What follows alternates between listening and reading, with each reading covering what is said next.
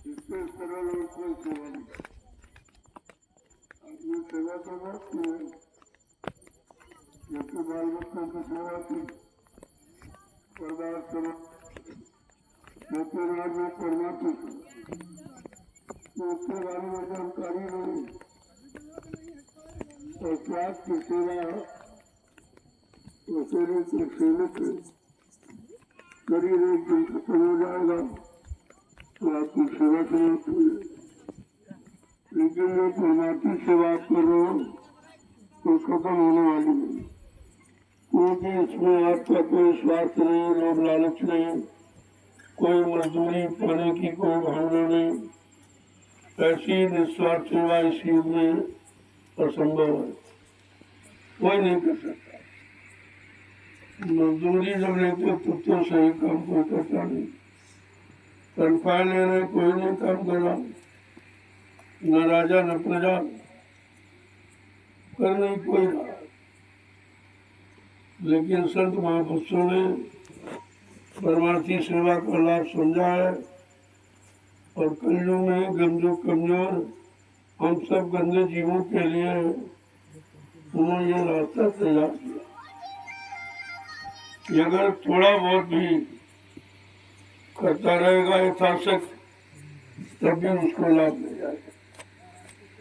परमार्थी लाभ से शारीरिक लाभ तो सेवा का होता ही, जैसे तमाम तरह की बीमारियां, परेशानियां, दुख तकलीफ, लड़ाई झगड़े सब चले जाते, क्योंकि तुम्हारा निशाना केवल परमार्थ का, लड़ने झगड़ने का, किसी की निंदा आलोचना बुराई करने का ये तुम्हारे पास समय नहीं रहता।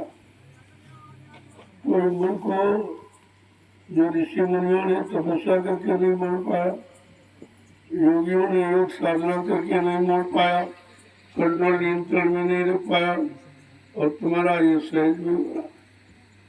मैंने इसीलिए एक आधार निशाना कि भाई 100 डलिया आपको डाली या 50 डाली, 10 डाली, जो भी दूरी के अनुसार आपको आदेश मिल जाए तो वो तुम्हारा निशाना पक्का हो, फिर तुम्हारा मन इधर उधर कहीं नहीं जाता, न किसी से बोलते चलते हैं, न किसी की निंदा आलोचना बुराई, ये सब बुरे काम खत्म हो जाते हैं। केवल एक निशाना रह जा कि हमको भाई 3 डलियां डाली, अगर हम बात करेंगे तो भूल जाएंगे, और किसी को निंदा आलोचना बुराई तो भूल जाएंगे। इसलिए उसका बिल्कुल शांतमय मन हो जाता और अपने लक्ष्य की पूर्ति के लिए वो लगा रहता कि हमारी ये जगह कब पूरी होगी, आदेश का पालन कब हम कर पाएंगे, ये सब जानकारी करते रहते हैं। आप ये देख रहे हो, जो जगह लिए जा रहा है किसी से कोई बात नहीं करता, किसी कोई चर्चा नहीं करता, कोई बुराई बुराई निंदा कुछ नहीं। तो आप कितनी बुराइयों से बच गए, केवल एक जरिया बोले। जरिया का महत्व थोड़ा बहुत नहीं, बहुत महत्व। जब समझोगे तो हर पल घड़ी में आपको लाभ दिखाई देगा कि हम तमाम बुराइयों से और बुरे कामों से बच गए। जो लोग बड़े बड़े नहीं बच पाए, ज्ञानी योगी वैरागी कोई नहीं बच पाया, सब बुराइयों में फंसे पड़े हैं, एक दूसरे की निंदा आलोचना करते रहते हैं, एक दूसरे को गिराने का और मार काट अपमान करने का, भिक्षार को प्यार सब में लगे पड़े हैं। लेकिन ऐसी सेवा ये सोच के रखी गई, तुम सारी बुराइयों से तुम्हारा मन दूर हो जाता है। वैसे मन बुराइयों से हटता नहीं है, कितनी कोशिश करो बार बार नहीं जाता। जहाँ जहाँ आपने इंद्रियों को लगाया और इंद्रियों को भगवान का रस दिलाया, वही तुम्हारा मन बार बार जाता। जहाँ जहाँ गोदोहन की सुंगत सोई ठाव, गो माने इंद्रियों का दोहन आपने जहाँ जहाँ किया है, ये मन को बार बार वही जोड़ के जाता है। लेकिन जब ये परमात्मा सेवा करोगे तो मन कहीं नहीं जाता, क्योंकि आपको मालूम है इधर उधर मन दौड़े कि तुम भूल जाएंगे कि हमारी रलिया पूरी हुई कि नहीं हुई। देखो एक छोटा सा निशाना आधार छोटी सी सेवा से कितना बड़ा काम आप कर रहे हो, जो ऋषि मुनि तपस्या करके नहीं कर पाए, योगी जन योग साधना करके नहीं कर पाए, और अवतारी शक्तियाँ मार का रिश्ता करके नहीं कर पाई, और आपका बिल्कुल शांत प्रकाश हो रहा, बड़ी शांति के साथ आने जाने सेवा आपकी बराबर हो रही। तो इसलिए संत महापुरुषों ने हम सब कलयुग के गंदे भोगी विलासी जीवों के लिए ये शक्ति है, कोई शक्ति है नहीं, कोई संयम त्याग तपस्या ये कर नहीं सकता, इतना अंदर से बाहर से शरीर से मन बुद्धि सबसे कमजोर है। तब ये सोच विचार कर आपके पिछले जन्मों के कर्मों को उतारने के लिए ये परमार्थी सेवा रखी है कि अगर जीव इस सेवा को करेगा तो अपना काम बना देगा, उसको माफी भी मिल जाएगी और आगे का रास्ता साफ हो जाएगा। ये दोनों तरफ का लाभ है, जो आपने किया बुरा वो तो अदा हो जाएगा इससे, और आगे का रास्ता साफ, क्योंकि आगे आप बुरा करेंगे नहीं, आपका निशाना बदल दिया गया। तो ये जो अभियान चल रहा है परमार्थी रात्रि परमार्थी संधान सेवा का, ये छोटा मोटा इसको मत समझो, कोई हिंदुस्तान में नहीं करता। अरे दिन में नहीं करता, तुम तो रात में कर रहे हो। जितना माफिया जो लोग देख रहे हैं, सारा हिंदुस्तान चकित है और तुमसे एक शिक्षा ले रहा। हिंदुस्तान में ऐसे भी लोग हैं जो मतलब यानी रात्रि में आदेश हुकुम का पालन करते हैं। वो कौन है जिसका आदेश हुकुम का ये पालन कर रहे हैं? कहते हैं उस समय का काम करने वाला है, सेवक है वो, और सबकी सेवा कर रहा है। जो सबकी सेवा करेगा तो सब उसके आदेश का पालन करेगा। बाकी वो कोई भगवान अपने को नहीं कहता, लेकिन जब काम देखते लोग तो कहते हैं भाई ये काम इंसान तो नहीं कर सकता, ना इंसान से करा सकता। कितना लोग लालच दिया जाए, लोग दिन में नहीं करेंगे ये सेवा, आप रात्रि में कर रहे हो, तो कितनी बड़ी बात है, कितना बड़ा काम। दुनिया को लोग देखते रह जाएंगे और तुम अपना काम बना रहे हो, और लोग समझ जाएंगे तो तुमको काम नहीं करना चाहिए, वो बाधा डालेंगे, वो पहले आ जाएंगे, हम बैठ जाएंगे, काम में लग जाएंगे और तुम्हारा काम छूट जाएगा। इसलिए अपने निशाने में पक्का, क्योंकि इसका लाभ होता है, वो लाभ लोगों को पता नहीं है, जो तुमसे पहले आ जाएंगे वो और लाभ को ले लेंगे। उन्हें पता हो तो सोचते तुम मिट्टी ढो रहे, मिट्टी ढो रहा। उन्हें क्या मानो कि मिट्टी ढो रहे कि अपने कर्मों का बोझा ढो रहे, उन्हें क्या पता है सब। और ये राज रखा जाता अपने जीवों को लाभ देने के लिए, ये राज और रहस्य बहुत संभाल कर रखा जाता कि दुनिया के लोग ध्यान देने पाए और प्रेमों का काम हो जाए। जो काम रुपये पैसे धंधा खर्च करके नहीं करा सकते किसी से, वो काम तुम्हारा ये मिट्टी कर रही है, तो इसको मिट्टी मत समझो। एक तो मिट्टी वो है जहाँ 88,000 ऋषियों ने तपस्या की, और 88,000 की संख्या कितनी बड़ी होती है, कितने किलोमीटर तक उन्होंने ये तपस्या का अपना क्षेत्र बनाया हुआ। ये गोमती के किनारे किनारे इधर का पूरा विस्तार है, और वो भूमि उन तपस्या के से तपस्या की हुई पवित्र भूमि को जब आप अपने सिर पर रख रहे हो तो कितनी गंदगी खत्म हो रही है, कितने अनेक जन्मों के पाप उतर जाएंगे, ऐसी मिट्टी है। गोस्वामी जी महाराज ने इसीलिए इस क्षेत्र का महत्व कितना कहा कि तीर्थ वर्ण नैमिषाता अति पुनीत साधक सुन जाता। ये नैमिषारण तीर्थों का महत्व है, तीर्थों का राजा है। ये भूमि इतनी पावन पवित्र है कि जिस पर तपस्या की ऋषि मुनियों ने, और उस भूमि का लाभ किसको मिलेगा? जो किसी संत के साधक इस भूमि पर आके साधना करें, नाम की साधना, नाम से काम करेंगे और ये नाम धीरे धीरे यहाँ फैलेगा। जंगल में तो कोई कभी आया नहीं, या जंगल में जीव नहीं रहते। अरे जंगल के जीव तो पाक साफ है, उनमें कोई किसी तरह का मुख्य गुण नहीं है। ये पेड़ पौधे उसमें कौन सा गुण किया, न ये निंदा करते, न बुराई करते, न व्यभिचार करते, न चोरी करते, न धोखा देते, न बेईमानी, न झूठ बोलते। तुमसे अच्छे तो ये पेड़ है। और इनमें जो जीवात्मा कितनी पाक साफ, उसको अगर नाम का आधार मिल जाए तो बहुत जल्दी इस पेड़ की योनि से निकल कर मनुष्य योनि में पहुंच जाएगी, उसका काम हो जाएगा। और आप मनुष्य योनि पकड़ भी नहीं कर पा रहे हो, क्योंकि आपका मन विश्वास नहीं, आपको अपने पर विश्वास नहीं है कि भाई हमारा काम कोई कर रहा है, करेगा, तो आपको पर विश्वास नहीं। बिगड़ने का कारण है अविश्वास। जब तक विश्वास नहीं होगा तब तक कोई काम आप करेंगे नहीं, आप नहीं करेंगे श्रद्धा सेवा के साथ। इसलिए जो ये सेवा आप कर रहे हो प्रेम हो जाओ, जिसमें लगे रहो, ताकि साफ कम कर जाए, उतर जाए, कुछ बाकी न रह जाए।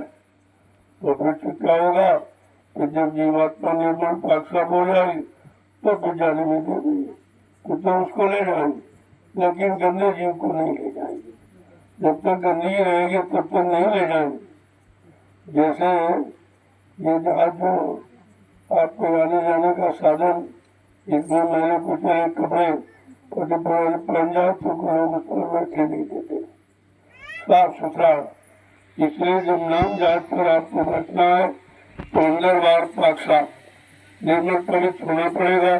उन जीवों को नाम जहाज पर बिठाकर और उनको घर पहुंचाया जाता है, इसलिए आपको पाक साफ किया जा रहा है। एक पूरा कचरा जो बड़े पापों का आपने लाद लिया है वो उतारने का यहाँ कोई साधन नहीं। न पूजा करके उतार सकते हो, न पाठ करके, न कोई तीर्थ मुहूर्त में जा करके, कोई आने पानी में नहा करके इस कर्म कर्म को नहीं उतारा जा सकता।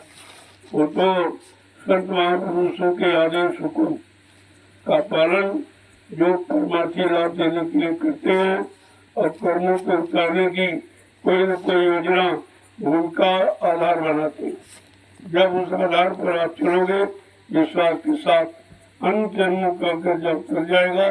जो कूड़े कचरे की गंदगी रूम में जमा, जब ये गंदगी खत्म हो जाएगी तब आप घर जाने लायक बन जाओगे, फिर तो आपको कोई रोक ही नहीं सकता। रोका यही कर्म जो बुरे किए, वो कर्म आपको रोके हुए, वो कह रहा हमारा कर्जा दिए जाओ।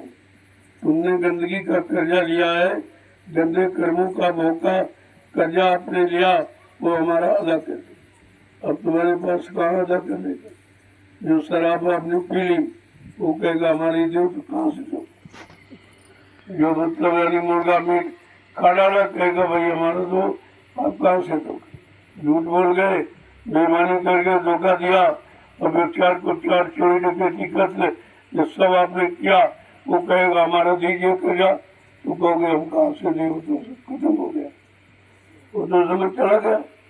समय के साथ वो कर्म भी खत्म हो गया, लेकिन कर्म के किए का कर्जा बन गया। वो कह रहा हमारा कर्जा तो दो, तुमने किया है तो हमारा कर्जा दीजिए। अब तुम्हारे पास कोई तरीका नहीं है कि उस कर्म कर्जे को कैसे दोगे। उसी के लिए ये संत महापुरुष ने सोचा कि जीवात्माओं को जाने का रास्ता तो बता दिया, लेकिन इन पर कर्म कर जाए तो वो घाट जगह थी, जो रास्ते में मिलेगा वो जाने नहीं देगा। धर्मराज दरबार में सबका जारा ले, कहो सबकी तलाशी लेगा। अरे भाई जा रहे हो, हमारे दिल का कोई कर्जा तो नहीं बाकी, तो फट से तुम्हारे कर्मों की वही देखेगा और कहेगा अरे तुमने इनको मारा था, काटा था, सताया था, अपमानित किया था, व्यभिचार किया, कुचार किया, इनसे झूठ बोले, छड़कपट, बेईमानी किया, हिंसा किया, अरे तो बहुत कर्जा बाकी। ऐसे नहीं जा सकते, पहले हमारे कर्म कर्जे को दिए जाओ, तब जाने की बात, फौरन वहीं से लौटा देता। अगर कर्म कर्जा उतारने वाला कोई नहीं मिला और उसने दया करके कोई युक्ति नहीं बताई तो आप बता नहीं सकते कितने ज्ञानी व्यानी वैज्ञानिक क्यों न हो, कितने बड़े धनवान बलवान बुद्धिमान बन जाओ, लेकिन कर्म का ज्ञान नहीं उतार सकते। वो तुमको मालूम ही नहीं किस तारीख में, किस दिन, किस समय में क्या क्या किया, कितना कितना बड़ा, कितना कितना पाप और लोगों को सताया, मतलब यानी ये सब किया। तो एक तरह का कर्म का ज्ञान नहीं, हजारों किस्म का, और तुम्हारे पास उतारने का कोई साधन नहीं है। तुम रुपए पैसे किसी को दो और कहो उससे कि 1 करोड़ रुपए ले लो, हमारा एक कर्म कर दीजिए, कहे अरे भाई ये कर ये रुपए पैसे से काम नहीं होता। ये तो किसी की दया, संत महापुरुषों की दया हो जाए और दया से वो तुम्हारा ये सब उतार दे। कूड़ा कचरा जितना आपने जमा किया वो सब खत्म, तब आप पाक साहब निर्मल हो। वो नहाने साबुन लगाने थोड़ी पाक साहब हो जाओ। इसको बाहर का तो चमड़ा खोल है, शरीर जिसे कहते हो इसको साफ करते रहते हो, और गंदगी अंदर में कर्मों की जमा वहाँ तो कोई सामान आपका जाएगा। वहाँ केवल शब्दों के वचन, जिसको कहते हैं सत्संग सरिता का जल, सत्संग जल जो कोई पावे मैलाई सब कट कर जाए। बिल्कुल साफ करके कह दिया कि जिसको सत्संग की सरिता का जल मिल जाए वो तो अपने ऊपर लगी गंदगी को साफ करा सकता है। और यहाँ किसी की कोई भौतिक जगत में कोई ऐसा साधन नहीं है जो तुम्हारे किए गए कर्मों के कर्जे को और गंदगी को उतार दे। कोई तौर तरीका नहीं। लोग बेचारे पूजा करते रहे और कहते नहीं है पाठ करते रहे, पीले पुत्र में समय संपूंजी खर्च करते रहे, सारा जीवन का चला गया और आपको मिला एक पाप कर्म नहीं मिटा, मिलने की बात तो छोड़ दो। मिला तो आपको ऐसे भी कुछ नहीं, लेकिन जो पहले का लाते बैठे हो वही नहीं उतरा है और नित्य नया लाते रहते हो। इसीलिए जब संत महापुरुषों की शरण में जाओगे और वो तुमको कर्म कर जा उतारने की विधि तरीका बता देंगे, कहेंगे तुम करो और तुम्हारा उतर जाएगा। पहले तो आपको शंका होगी कि भाई मिट्टी रोने इससे कर्म करके क्या मतलब, तो मतलब तुमको अभी तो नहीं मालूम कि कर्म करके कितना है, कोई गिनती करना नहीं है। और किया तुमने भूल गए हो, अपना किया हुआ आप याद नहीं रखते, ये दूसरों का किया दूसरों ने जैसे पाया ये इतनी जल्दी थोड़ी समझ में आ जाएगा। इसीलिए आप इसको सुनकर भी भूल जाते हो, जो किया वो भूल गए, वही तो दूसरों का किया संभालने का कर्म कर्जा उतारने की विधि, ये तो दूसरे का तरीका है, ये भी आप भूल जाओगे। तो इस भूल बात की मतलब यानी भूलने ना पाओ, लेकिन ये नहीं बोलोगे जब जलिया आपने डाली, जब कभी आओगे और स्थान को देखोगे तो यही कहोगे अरे भाई ये तो यहाँ हमने भी सम्मान किया था, यहाँ हमने भी 2-3 दर्जलिया डाली। अब दर्जलिया डाली हो तो बता रहे हो, लेकिन दर्जलिया से कितना कर्म कर्जा उतरा वो नहीं बता सकते, क्योंकि आपका अपने बुरे पाप कर्मों का ढेर उसके बारे में जानकारी नहीं कि कितना ऊंचा ढेर है। कहते पहाड़ों से भी बड़ा ज्यादा आपने कर्म कर्जों का बोझा अपने पर लाद रखा, पहाड़ों जैसा। अब आप सोचिए कैसे उतरेगा, तो कान उतर जाएगा। तरीका होना चाहिए, जैसे फूस का ढेर आपने बहुत बड़ा जमा किया और ये सोचो ये कैसे खत्म होगा, एक मोचिस की तीली लगा दीजिए सब भस्म हो जाएगा। लेकिन वो तीली लगाना किसको मालूम, वो रगड़ रगड़ कर जो अग्नि पैदा की जाती वो तरीका किसको मालूम, बगैर तरीका जाने तुम ये काम नहीं कर सकते। ऐसे संत महापुरुषों ने तुमको नाम की चिंगारी दी। ये नामदान क्या चिंगारी है, अनंत जन्मों के पापों को ढेर को ये क्षण में समाप्त कर देगा। ऐसी नाम की चिंगारी है वैसे महापुरुषों ने इशारा करके कहा है, योग अग्नि तब प्रकट कर, कर्म सुभाषुभ जारी, और बुद्धि शराबे ज्ञान ग्रहत, और ममता मन गिर जाए।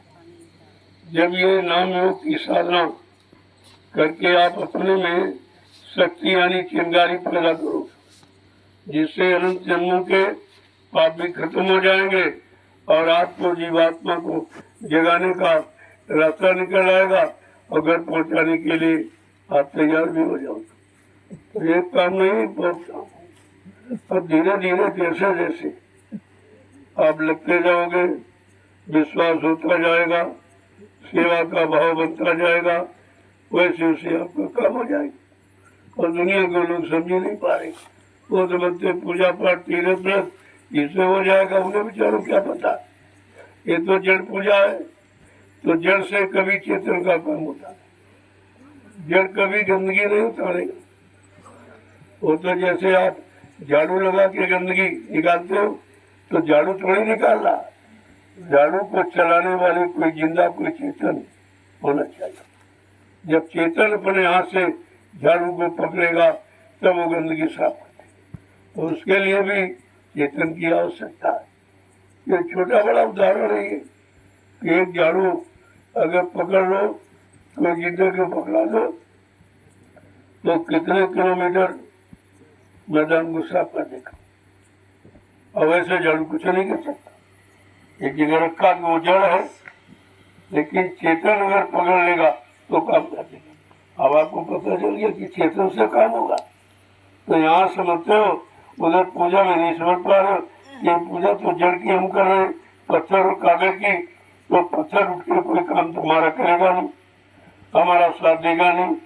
तुम पूजा कर रहे हो, कोई आके मारने लगे, वो पत्थर वाला भगवान तुम्हें बचाएगा भी नहीं, वो बचाएगा भी नहीं। आप तो तुमको मैं बड़ी पूजा के बहुत पहले बता दे, तुम पर चढ़ाए और ये किया वो किया, अगरबत्ती और फूल चढ़ाए, मान सम्मान किया, आप देखो हम तुम्हारी पूजा कर रहे, लोग हमको मार रहे और तुम बचाते भी नहीं।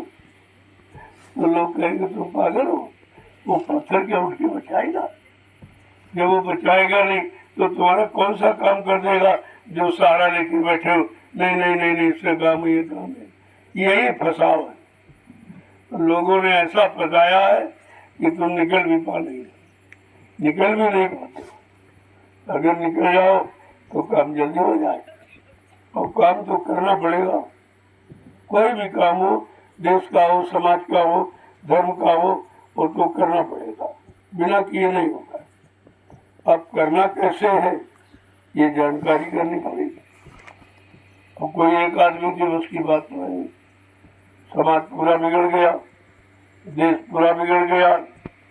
अब इतने बड़े लंबे चौड़े देश को सुधारने के लिए कोई 10-20-50 आदमी थोड़ी काम करेंगे। तो आप अगर सुधारना है, संभालना है और लोगों को सच्ची सुख शांति देना है तो करना सीखो। ये अल्लाह बचाने से, ये असर वासी प्रवचन, इनसे काम नहीं, काम तो आपको करना पड़ेगा। काम करने की बात करो तो ठीक है, और पहले तो काम करना तुम खुद सीखो। जब तुम करने लगोगे और तुम्हें देख के लोग खुद ही, अब यहाँ देख लीजिए, सब लोग एक दूसरे को देख के डलिया डाल, सब एक दूसरे को देख कर, और तुम ये भी नहीं कर सकते। जब ये नहीं कर सकते हो तो देश समाज के काम की बात करते हो तो बिल्कुल नहीं होगा तुम्हारे। हमारे पास सब लोग आ रहे, बहुत सारे, क्यों इस समय कहीं काम कोई कर नहीं सकते। किसी के पास 100-200-400 आदमी है नहीं, और देख रहे हैं इनके पास बड़ा बड़ा जनमत है, लेकिन जनमत हम अपने काम में नहीं लगाए, हमारा कोई स्वार्थ नहीं। ये परमार्थ का रास्ता है, ये समाज और देश के लोगों के लिए एक भूमिका तैयार की जा रही है। ये उसके लिए तैयारी, ये मैं कोई अपने काम में इनको थोड़ी लगाया हूँ। ना हमें कोई मान सम्मान पाने की इच्छा, ना कुछ बनने की इच्छा है, केवल देश बन जाए और समाज बन जाए, समाज के रहने वाले लोग बन जाए तो काम हो जाएगा। अपने बनने की बात यहाँ नहीं की जाती, यही तो हमारे इनमें अंतर है।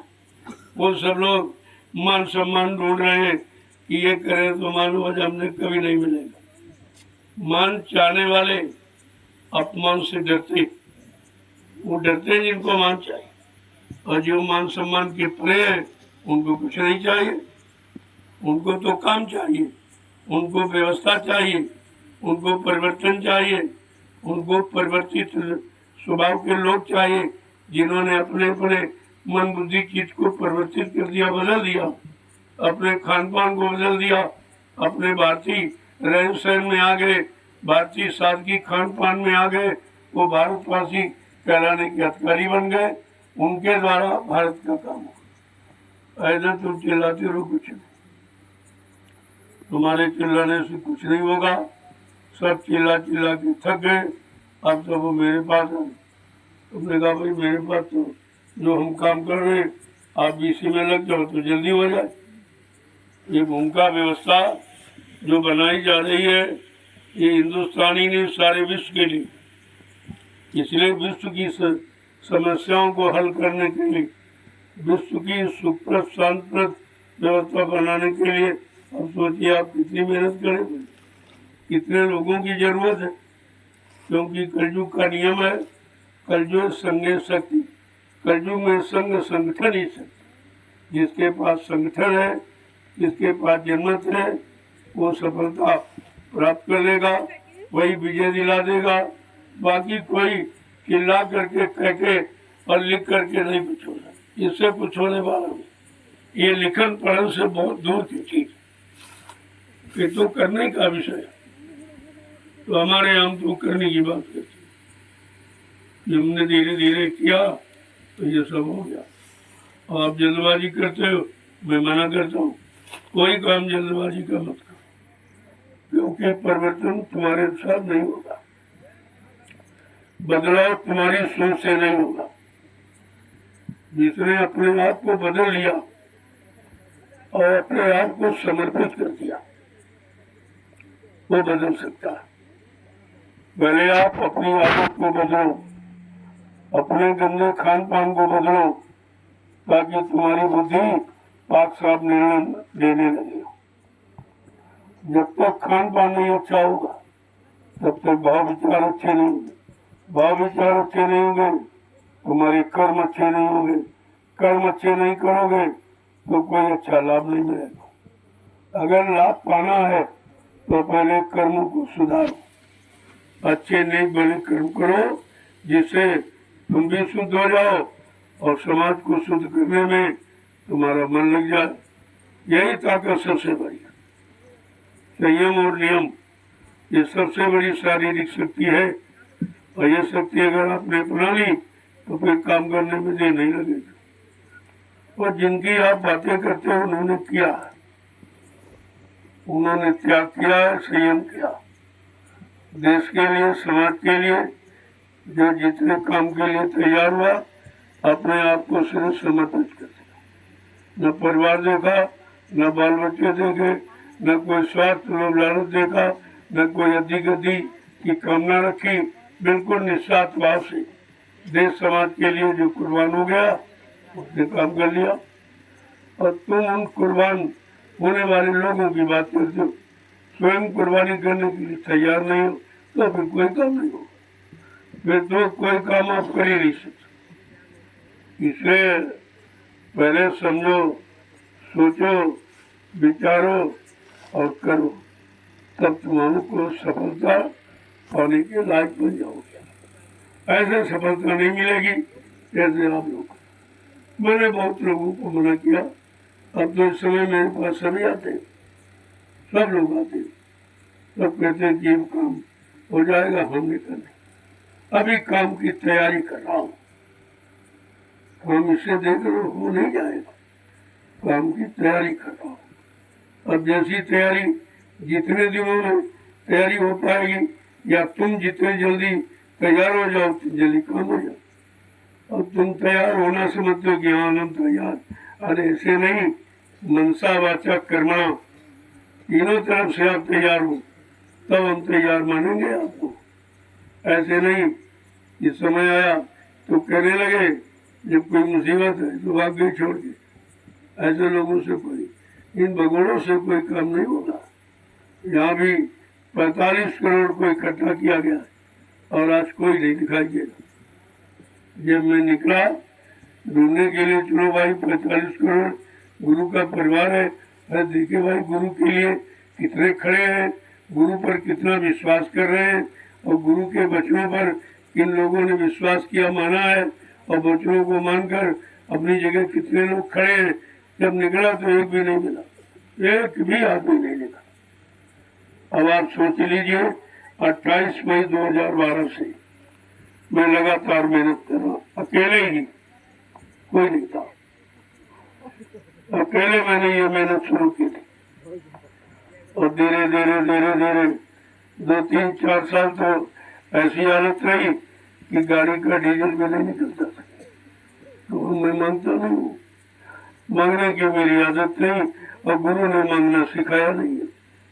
जो श्रद्धा सेवा भाव से देता उसी तेल डलाकर और भाड़ा देकर चलता रहा 3 वर्ष लगातार। तो धीरे धीरे कभी 10 जुड़े, हट गए, 20 जुड़े, 1000 जुड़े, 2000, धीरे धीरे धीरे ये 12 साल की मेहनत आपके सामने है जो जन्मत आती है। अभी तो ये कुछ आए नहीं। ये गुरु पूर्णिमा का कार्यक्रम हुआ, हिंदुस्तान में इतनी भीड़ कहीं नहीं हुई और कोई किसी की मदद नहीं, न कोई शासन प्रशासन से कोई नहीं बता, क्योंकि हमको मदद लेने की जरूरत है। हमने ऐसे लोगों को तैयार कर दिया, ये पूर्ण अनुशासित है, एक आवाज पर खड़े होने वाले, एक आवाज पर बैठ जाने वाले। ऐसे अगर कुछ कह दिया जाए तो देर लगेगी।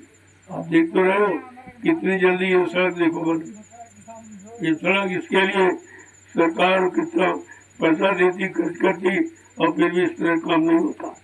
अब आप देख लीजिए, छोटा सा था, एक उदाहरण के रूप में, जबकि ये सबके लिए है और सब करेंगे, लेकिन चिंता सबको नहीं है, चिंता उन्हीं को है जो इस काम करने के लिए आए हैं, ये काम करने के लिए आए। ये शक्तियाँ जिनको आप पहचान नहीं सकते, क्योंकि तुम्हारा मन क्यों नहीं साथ दे रहा, तुम्हारा मन क्यों नहीं कर रहा। अरे नहीं भाई, दर्जरी हमको भी डालनी चाहिए, ये तो सार्वजनिक काम है, ये सबके हित का है। और सड़क कोई बन जाती तो सब लोग कब तक निकलते, जब तक रहते। इतना बड़ा लाभ लेने का तरीका, लेकिन समझ में आपकी नहीं आई। तुम्हारा ध्यान काम पर नहीं है, तुम्हारा ध्यान नाम पर है। हमारा नाम हो जाए, व्यवस्था हो जाए, हमारा नाम सबके आगे हो जाए। अरे ऐसे नहीं होगा, नाम के लिए कुर्बानी करनी पड़ती, और कुर्बानी आपको मालूम नहीं। कुर्बानी सबसे बड़ी क्या है? विचारों, स्वच्छ विचार। जब तुम्हारे अच्छे विचार होंगे, ये सबसे बड़ी कुर्बानी है अच्छाई लाने की, अच्छे समाज की स्थापना की, ये सबसे बड़ी कुर्बानी। और तुम्हारे विचार अच्छे नहीं है, विचारों में गंदगी है, विचारों में स्वार्थ की बू भरी है, तो इससे काम नहीं होगा, इससे काम नहीं होगा। हमारे साथ वही चल पाएगा जो विचारों से बिल्कुल पाक साफ, कोई कामना नहीं, कोई इच्छा नहीं, कोई मान नहीं, कोई सम्मान नहीं, केवल परमात्मा की भावना की काम हो जाए, जिससे करोड़ों लोगों को लाभ मिले। ऐसी परमात्मा की भावना रखने वाले मेरे साथ जुड़ पाएंगे, चल पाएंगे और ठहर पाएंगे। और जो कलयुग की बात आपके सामने कही जा रही, वो कलयुग के इतिहास में उन्हीं का नाम दर्ज होगा। अभी तो देखा जा रहा, आप कितनी देश समाज के लिए, लोगों के हित के लिए आप कितनी मेहनत कर सकते हैं। और ये निस्वार्थ मेहनत, सरकार बना रही, कितना पैसा खर्च कर रही, जिन लोगों को आदेश देती है, प्रधानों को, इनको, वो भी कितना पैसा खर्च करते हैं। लेकिन ये काम जो सामने सबके हो रहा, इसमें पैसे की जरूरत ही नहीं। श्रम की कभी बिक्री नहीं होती, श्रम दान है, दान कभी मतलब यानी पैसे स्वास्थ्य रोजगार से खरीदा नहीं जाता, ये श्रम का दान है। और हिंदुस्तान में कोई जो भी श्रम कर रहे, सब बदले में पैसा लेते, मजदूरी लेते, तनख्वाह लेते, चाहे राजा हो चाहे प्रजा हो, तुम्हारे यहाँ सब रहते, लेकिन ये परमार्थी रास्ता किस तरह तैयार किया जा रहा जो हिंदुस्तान में कहीं नहीं। कहीं चले जाओ, किसी मिशन में, किसी संस्था में, किसी संगठन में, ये काम आपको कहीं नहीं मिलेगा जो हो रहा। लोग दिन में परिश्रम नहीं करेंगे मजदूरी लेकर। ये देखिए निस्वार्थ रास्ते में खड़ा, कितनी भीषण गर्मी है, उमस है, लेकिन इनके दिल में वो भावना है, वो श्रद्धा और सेवा भाव है जिसके द्वारा ये कभी निर्भर नहीं होते, कमजोर नहीं होते, कभी असहाय नहीं होते और कभी इनका उत्साह भंग नहीं होता। परमार्थ के लिए हमेशा ये तैयारी रहती। ऐसी परमार्थ की भावना जब देश के लोगों में भर दी जाती, पैदा कर दी जाती, तब लोग देश के लिए कुर्बान होते। जिनकी बात करते हो, जिनके द्वारा मिशन चलाते हो या जिनको अपना आधार बनाए हो, उन्होंने किया था। उनको तुमने देखा नहीं और तुमने उनकी स्पीच भी नहीं सुनी, केवल नाम सुना। तो नाम सुनने से काम थोड़ी होगा।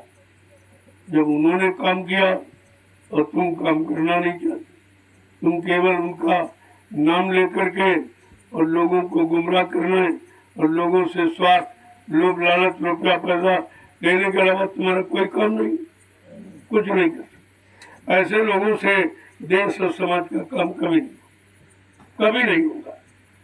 इसीलिए नेताओं को देखिए, वो भी लेने वाले, उनको टैक्स चाहिए, उनको महंगाई चाहिए, उनको डीएम यानी ये सब चाहिए और उनको पद चाहिए, उनको कुर्सी चाहिए, लेकिन काम किसी को नहीं चाहिए। क्या बगैर काम की धारणा रखे कोई काम करेगा? इतने लोग, इतने बार आप चुनाव करते हो, लेकिन कभी जिनको आपने चुना उन लोगों ने जनता के हित का कोई काम आज तक नहीं चुना। कि चुनाव का मतलब क्या हुआ? मैंने इसीलिए प्रार्थना की थी कि 24 का चुनाव आप रोक लीजिए, तुम्हारे लिए, तुम्हारी जनता के लिए अच्छा नहीं होगा। लेकिन नहीं माने और नहीं अच्छा हुआ। संगठन भी इनका बिगड़ गया, जो पूरी व्यवस्था इनके हाथ में थी वो भी बट गई। समझ फिर भी नहीं पा रहे कि तुम्हें क्यों रोका जा रहा था। महात्माओं को आगे दिखाई देता इससे क्या व्यवस्था बिगड़ेगी, तुम्हारा मान सम्मान भी चला जाएगा, जो तुमने यानी जनता के द्वारा मिला है, लिया है, वो भी तुम्हारा बढ़ जाए। और साझे का काम और व्यापार और साझे की सरकार कभी नहीं चलती, कभी चल ही नहीं सकती। तो आप देखते जाइए, मैंने मना किया था, हिंदुस्तान में कोई नहीं बोला। पता नहीं क्यों डरते हो। जब तुम अच्छी सच्ची बात देश के लिए कह नहीं सकते हो तो तुम कर कहाँ सकते हो? मैंने केवल अकेले कहा, मंच, राष्ट्रीय मंच लगा कर पूरे हिंदुस्तान में घूम घूम कर मैंने कहा कि 2024 का चुनाव भारत की जनता और राजा के लिए अच्छा नहीं हो, अच्छा नहीं है। तुम्हारी माली हालत इतनी अच्छी नहीं।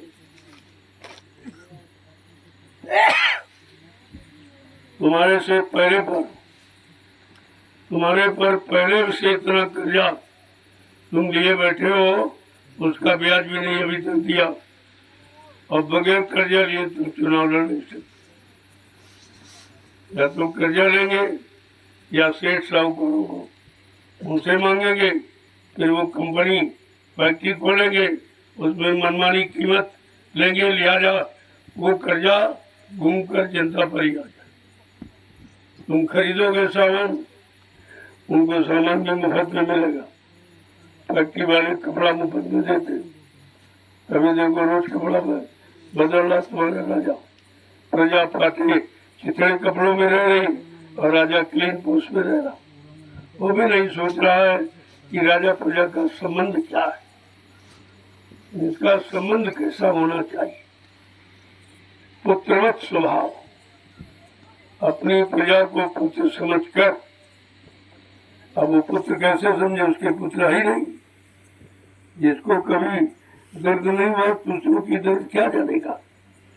ये सब संतानहीन है, लिहाजा संतान वालों के बारे में कुछ नहीं सोच सकते और न कुछ कर सकते। जाके पैर न गई बीमारी, सो का जाने पीर पढ़ाई। ये संतान ये संतान वाले, ये गृहस्थ आश्रम में रहने वाले लोगों का काम कैसे करें, क्योंकि वो दर्द इनमें है नहीं, वो जिम्मेदारी इनमें है नहीं, और उसके बारे में वो रिश्ता पिता पुत्र का है नहीं, क्योंकि पुत्र इनके है ही नहीं, रिश्ता भी नहीं, और उसके रिश्ते का लाभ भी नहीं दे सकते, न ले सकते। तो इनसे तो उम्मीद करना छोड़ दीजिए, कोई उम्मीद नहीं पूरी होगी, क्योंकि ये खुद ही पूरे नहीं अधूरे, न गृहस्थ आश्रम में है न विरक्त में, किसी के नहीं रहे, न इधर न उधर, दोनों तरफ खाली। परमात्मा के दरबार में जाएंगे तो पूछेगा, अरे भाई तुमने क्या क्या किया, सब कहेंगे हमने तो परिवार किया लेकिन छोड़ दिया था। कहा भाई क्यों धोखा दिया, पंचों के बीच में हाथ पकड़ा है, किसी की इज्जत आपने बिगाड़ी है और बीच में छोड़ दिया है, ये तो सबसे बड़ा जुर्म और पाप है, इसकी सबसे बड़ी सजा नरकों में है। लेकिन इन्हें कुछ पता ही नहीं है, ये कर्मों का विधान जानते नहीं, वो तो महात्माओं के पास, महात्मा सारे कर्मों का विधान जानते, और किस कर्म की क्या सजा है ये भी जानते, और किस कर्म से क्या लाभ है ये भी जानते, उनको तो सब जानकारी होती। तो आपको तो विचार करना चाहिए कि उधर कोई काम नहीं हो, उधर से मुख मोड़ो, उधर काम करने वाला कोई है ही नहीं, वो सब अपना काम कर, अपना राज, अपनी खुशी, अपना पद और अपनी सुख सुविधा, अपने भोगों का सामान, इसके अलावा उनके पास कुछ नहीं, और होता तो 70 साल में कुछ न कुछ तो दिखाई जरूर देता। ये 70 साल की आज़ादी ये बर्बादी में बदल गई, कुछ नहीं हुआ, और अभी नहीं तुम सोच पा रहे हो। तुमने जब जब नहीं सोचा, जब जब नहीं विचारा, और जब जब अच्छे सच्चे की पहचान नहीं की है, और तब तक तुम मुसीबत में फंस गए हो। यही काम तुमने पहले किया तो मुसलमानों ने तुम्हारे पर 350 वर्ष राज किया, तुमको गुलाम बना के रखा, फिर तुम सच्चाई से अलग हो गए, समझने का प्रयास नहीं किया, तो मुट्ठी भर अंग्रेज आए थे, 250 वर्ष देश को गुलाम, और तुमको सबको गुलाम बना के रखा, मुट्ठी भर, ऐसे मुट्ठी भर नेता आई है, कोई ज्यादा नहीं है। तुम्हारी संख्या कितनी है नेताओं संख्या, लेकिन वो सब तुम्हारी पर राज कर रहे, और तुम ज्यादा होते हुए भी ये नहीं समझ पा रहे हो ये हमारे पर राज कर रहे हैं कि हमारे से राज करने का सामान ले रहे, पैसा ले रहे, टैक्स ले रहे, महंगाई बढ़ा रहे, जीएसटी ले रहे, ये सब लिया जा रहा है, और तुम देकर भी नहीं समझ पा रहे हो। तुम्हारी कमजोर बुद्धि है, तुम देकर भी नहीं समझ पाते। जब किसी को कुछ देते हो तो ये उम्मीद रखते हो चलो बदले में कुछ मिलेगा। इनको आपने इतने दिनों से चंदा नोट वोट दिया, महंगाई गरीबी सब झेली तुमने, लेकिन तुमको क्या मिला?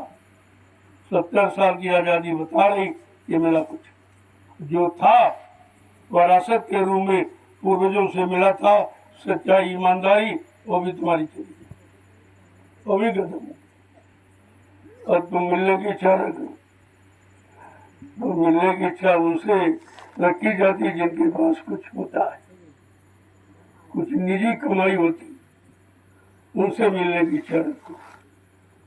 ये राष्ट्रीय कोष का धन जो बर्बाद किया जा रहा अपने निजी भोगों में, ये तुमको देंगे कुछ?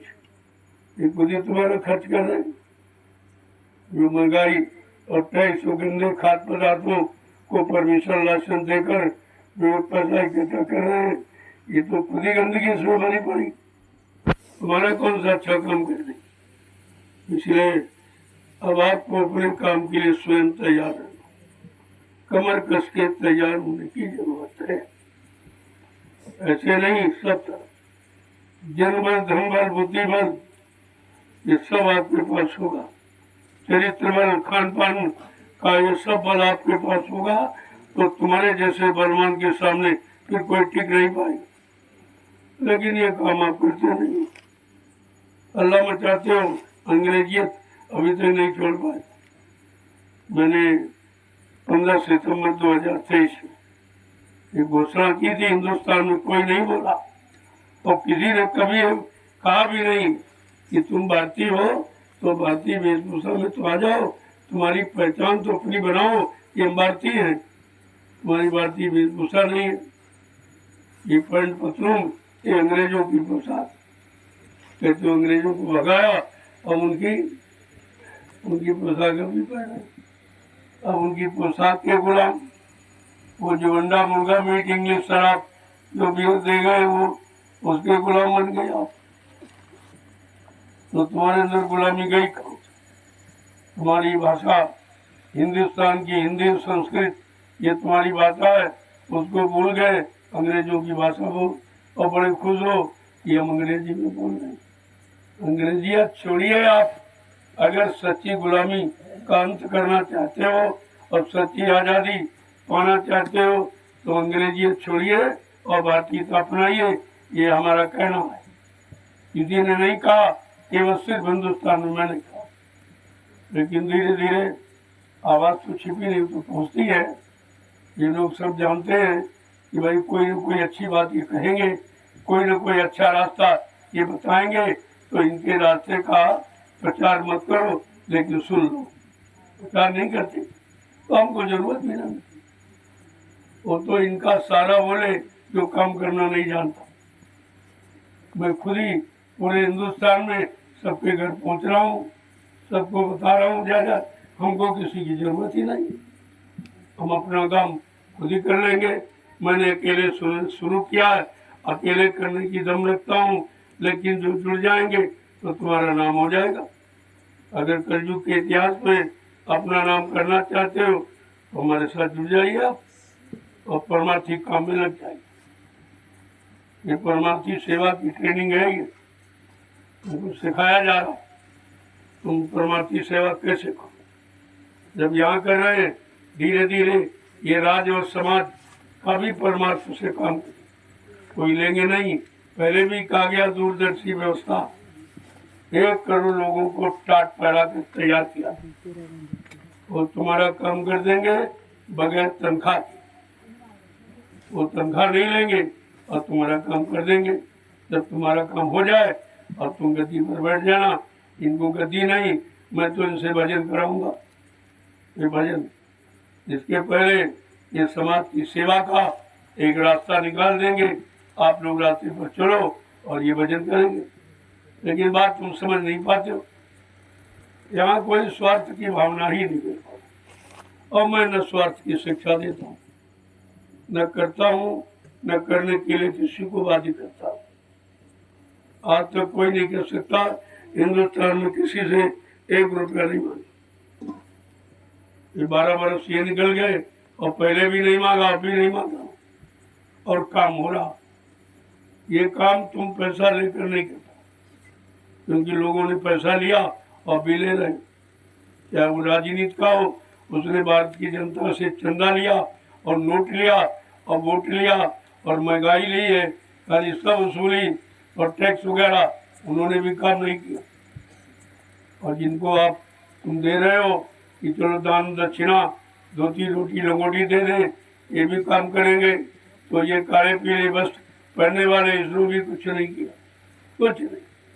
काम की तो जानकारी किसी को है नहीं, और नाम चाहते दाम चाहते, और बगैर काम के दाम भी कोई नहीं देता, मजदूरी भी नहीं देता, और बगैर काम के नाम भी नहीं होगा।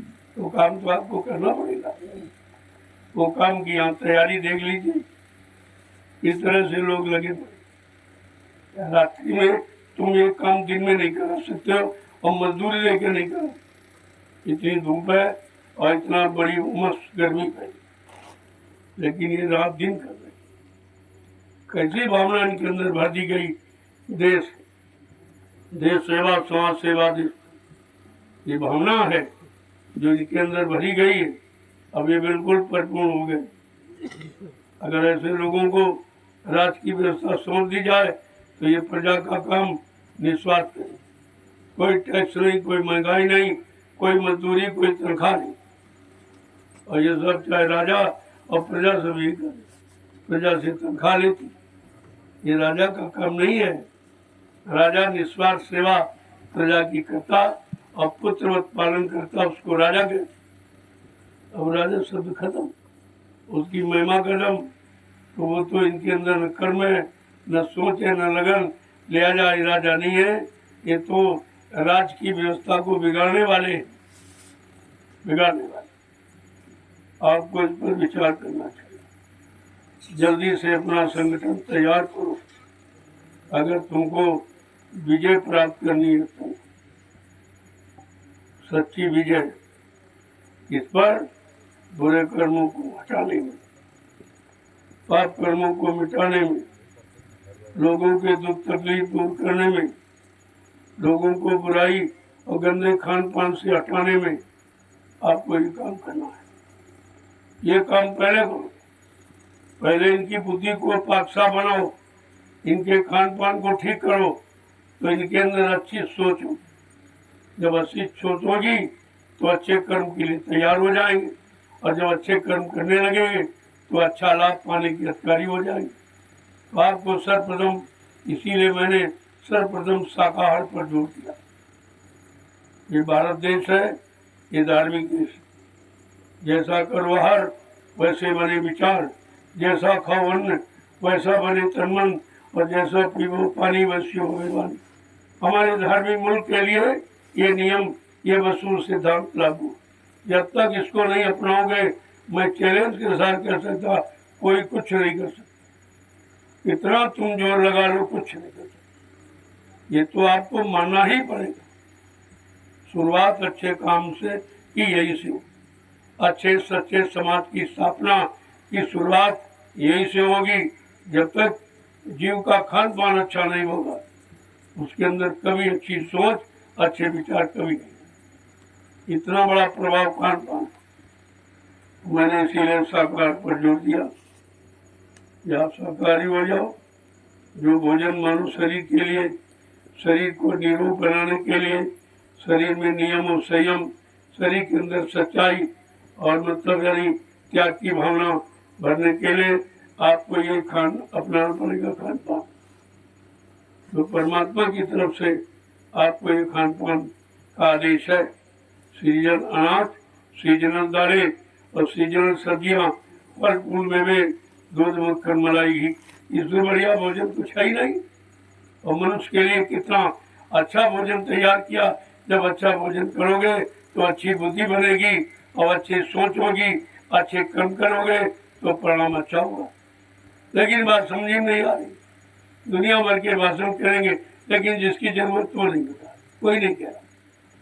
कहीं मंदिर से, मस्जिद से, गिरजाघर गुरुद्वारों से, तीर्थ और मूर्त से कहीं ये आवाज नहीं आपको मिलेगी कि सब लोग शाकाहारी बन जाए। ये आवाज कहीं से, ये केवल यही से आवाज, जय गुरुदेव मिशन से आवाज निकल रही और तो आपको तो विचार करना चाहिए। जब ये आवाज किसी के मुंह से नहीं निकल रही है तो वो काम कैसे करेगा? कहने से थोड़ी काम हो जाए। और ये सब कहती, मेरे पास जितने आते सब यही कहते, तो तुम जान के तू करके भाई दिखा दो। हमारा तो करने का वक्त भी है नहीं, हम तो अभी तैयारी कर रहे। भाई तुम्हारे पास कोई तैयारी हो तो अपना काम करो, मैं कोई मना थोड़ी करता, लेकिन कर नहीं कुछ सकता। तो मान जाता हूँ जो तुम्हारी तैयारी, जो भाव, उससे कुछ नहीं होगा। कुछ भी न हुआ है और न होगा। अंत में घूम करके तुमको इस रास्ते पर आना ही पड़ेगा। जो मैंने ये सच्चाई का, भलाई का, सच्चे अच्छे खान पान का, अच्छे भाव विचारों का जो रास्ता मैंने तैयार किया है, इस पर आपको चलना पड़ेगा। बगैर इसके हिंदुस्तान में कोई कुछ नहीं कर सकता। जो लगा दिया, पहले भी कहा गया था, जोर लगा ले अहले जमाने, तू कब तक जोर लगाएगा? और जग में जय गुरुदेव का झंडा ये लहर लहर लहराएगा, ये लहराएगा।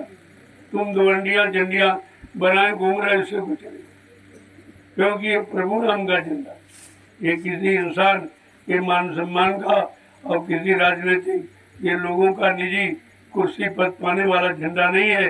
ये प्रभु नाम का झंडा, और प्रभु सबका है, सबका सृजनहार, सबका पालनहार है। जब उसका झंडा आ गया तो उस झंडे के कीमत में बराबरी कोई नहीं कर सकता। अब उस झंडे के लोग के जो आ जाएंगे वो सुरक्षित रहेंगे। ये प्रभु की छत्र छाया का झंडा अभी आप समझ ही नहीं पाए। तो तरह तरह के झंडे लिए घूम रहे पंडे वही है, खाली झंडे बदलते रहे, लेकिन विचार नहीं बदली, सोच नहीं बदली, उनका खान पान नहीं बदला, उनके कर्म नहीं बदले, इसलिए व्यवस्था कभी नहीं बदलेगी।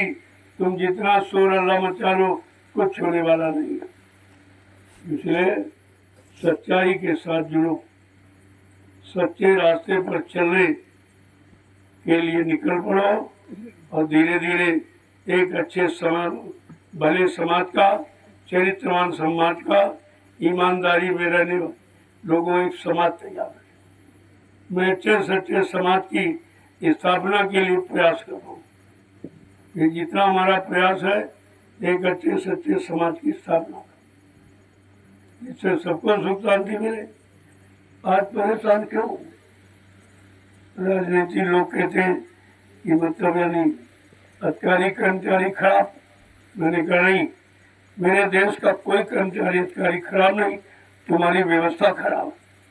अपनी व्यवस्था ठीक करो, किसी पर दोष मत दो। व्यवस्था तुम्हारे हाथ पे है और बदनाम कर्मचारी अधिकारियों को करते हो। अब तुम्हारे में इतनी सोच नहीं है, इतनी समझ नहीं है, और कोई अगर सच्ची अच्छी समाज में पैदा करे तो आप मानने को तैयार नहीं, तो भाई करो, हम कब मना करते। तुम्हारे पास अगर शक्ति है, कार्य करने की क्षमता है, समाज को बदलने की क्षमता है, समाज में अच्छाई सच्चाई लाने की शक्ति है, तो आप कर दीजिए। मैं नहीं किसी को रोकता हूँ, आते तो सब, लेकिन ये जरूर करता हूँ कि काम तुम्हारे से नहीं। ये जनता का काम, ये समाज प्रजा का काम प्रजा के द्वारा होगा। जब तक प्रजा जागरूक नहीं होगी आप प्रजा का काम जबरदस्ती नहीं कर सकते। पहले इसको जगाओ, वो सो रही है, ये प्रगाढ़ निद्रा भोगों की इसमें सो रही, अज्ञानता में सो रहा है, इसको जगाइए। सत्यता की आवाज से जगाइए, प्रभु के नाम को लेकर इसको जगाओ। जब प्रभु का नाम सुनेगा तो अंदर प्रभु की जीवात्मा बैठेगी सबके अंदर। वो चेतन का रूप धारण किया, वो जगेगी तो सब जग जाएंगे। तो आपके पास जीवात्मा जगाने का कोई साधन नहीं, कोई ऐसी चीज नहीं है जो जीवात्मा को जगाओ। इसलिए जीवात्मा को जगाने के लिए और प्रभु के मिलने के लिए ये प्रभु नाम आया कि जब तुम प्रभु नाम लोगे तब तुम सबका काम करो। ये कोई तुम्हारा नाम या किसी आत्मा महात्मा का फकीर का नाम नहीं है, ये प्रभु का नाम, ये जय गुरुदेव नाम प्रभु का, ये कोई आदमी इंसान का नहीं है। बाबा जी ने तो इस नाम को जगाया और सिद्ध किया और कहा भाई मेरा नाम नहीं है, मेरा नाम तो वो है जो संत गोस्वामी जी महाराज जिन्होंने रामचरितमानस रखी, मेरा नाम माँ बाप ने रख दिया। वैसे नाम तो वही जो काम कर रहा हो, जैसे जो लकड़ी का काम करके उनको तुरंत लोग नाम देते कि बढ़ई रही, नाम तो शरीर का कुछ और है, लेकिन काम का नाम बढ़ई। जो लकड़ी का काम कर रहा, जो लोहे का काम करते उसको लोहार कहते। ये नाम काम के द्वारा रखा गया।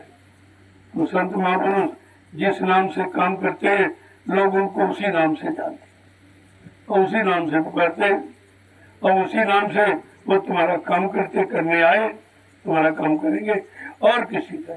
इसलिए वो कभी अपने नाम का प्रचार नहीं, अपनी जाति का, अपने गांव का, अपने माँ बाप का ये कोई प्रचार नहीं करता।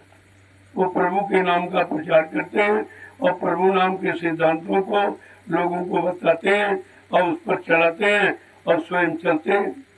बात तो पहले समझिए आप, यहाँ कोई इस तरह का प्रचार मैंने कभी अपने नाम के बारे में कुछ नहीं बताया, क्योंकि मेरा कोई नाम ही नहीं, क्या बताऊं। अब जो काम कर रहा हूँ इसी नाम से लोग जानते हैं। लेकिन ये नाम कहते भाई मेरा नहीं है, किसी आदमी इंसान का नहीं है, ये प्रभु का है। जब आज प्रभु स्वतः भूमंडल पर आ गया, फिर उसके सामने कौन टिकने वाला, उसके सामने कौन सा काम करने वाला है, ये तो बात आपको समझनी चाहिए। अब उस प्रभु को तुम किस रूप में मानते? कुछ लोग सम्राट के रूप में मानते, अच्छी बात है। सम्राट माने राजाओं का राजा, महाराजा, लेकिन ये पदवी बहुत छोटी है। जो अनामी महाप्रभु है उसको किसी पदवी से यहाँ विभूषित नहीं किया जा सकता, क्योंकि जो पदवी दे रहे हो इंसानों की है, इसलिए उसका अपमान होगा। लेकिन लोग अज्ञानता में कुछ न कुछ कह देते, नहीं उनको मालूम। लेकिन आपको तो पता है, सत्संग बच्चों को सुना कर यह सब जानकारी आपके अंदर भर दी गई। तो इसलिए अगर काम करना है तो नाम से जुड़ना पड़ेगा। कौन सा नाम? जो समय का जगाया नाम, समय के जीवों को जगाता, समय के जीवों का काम करता। जो पिछले नाम वो अपने समय के नाम हैं सच्चे, लेकिन अपने समय।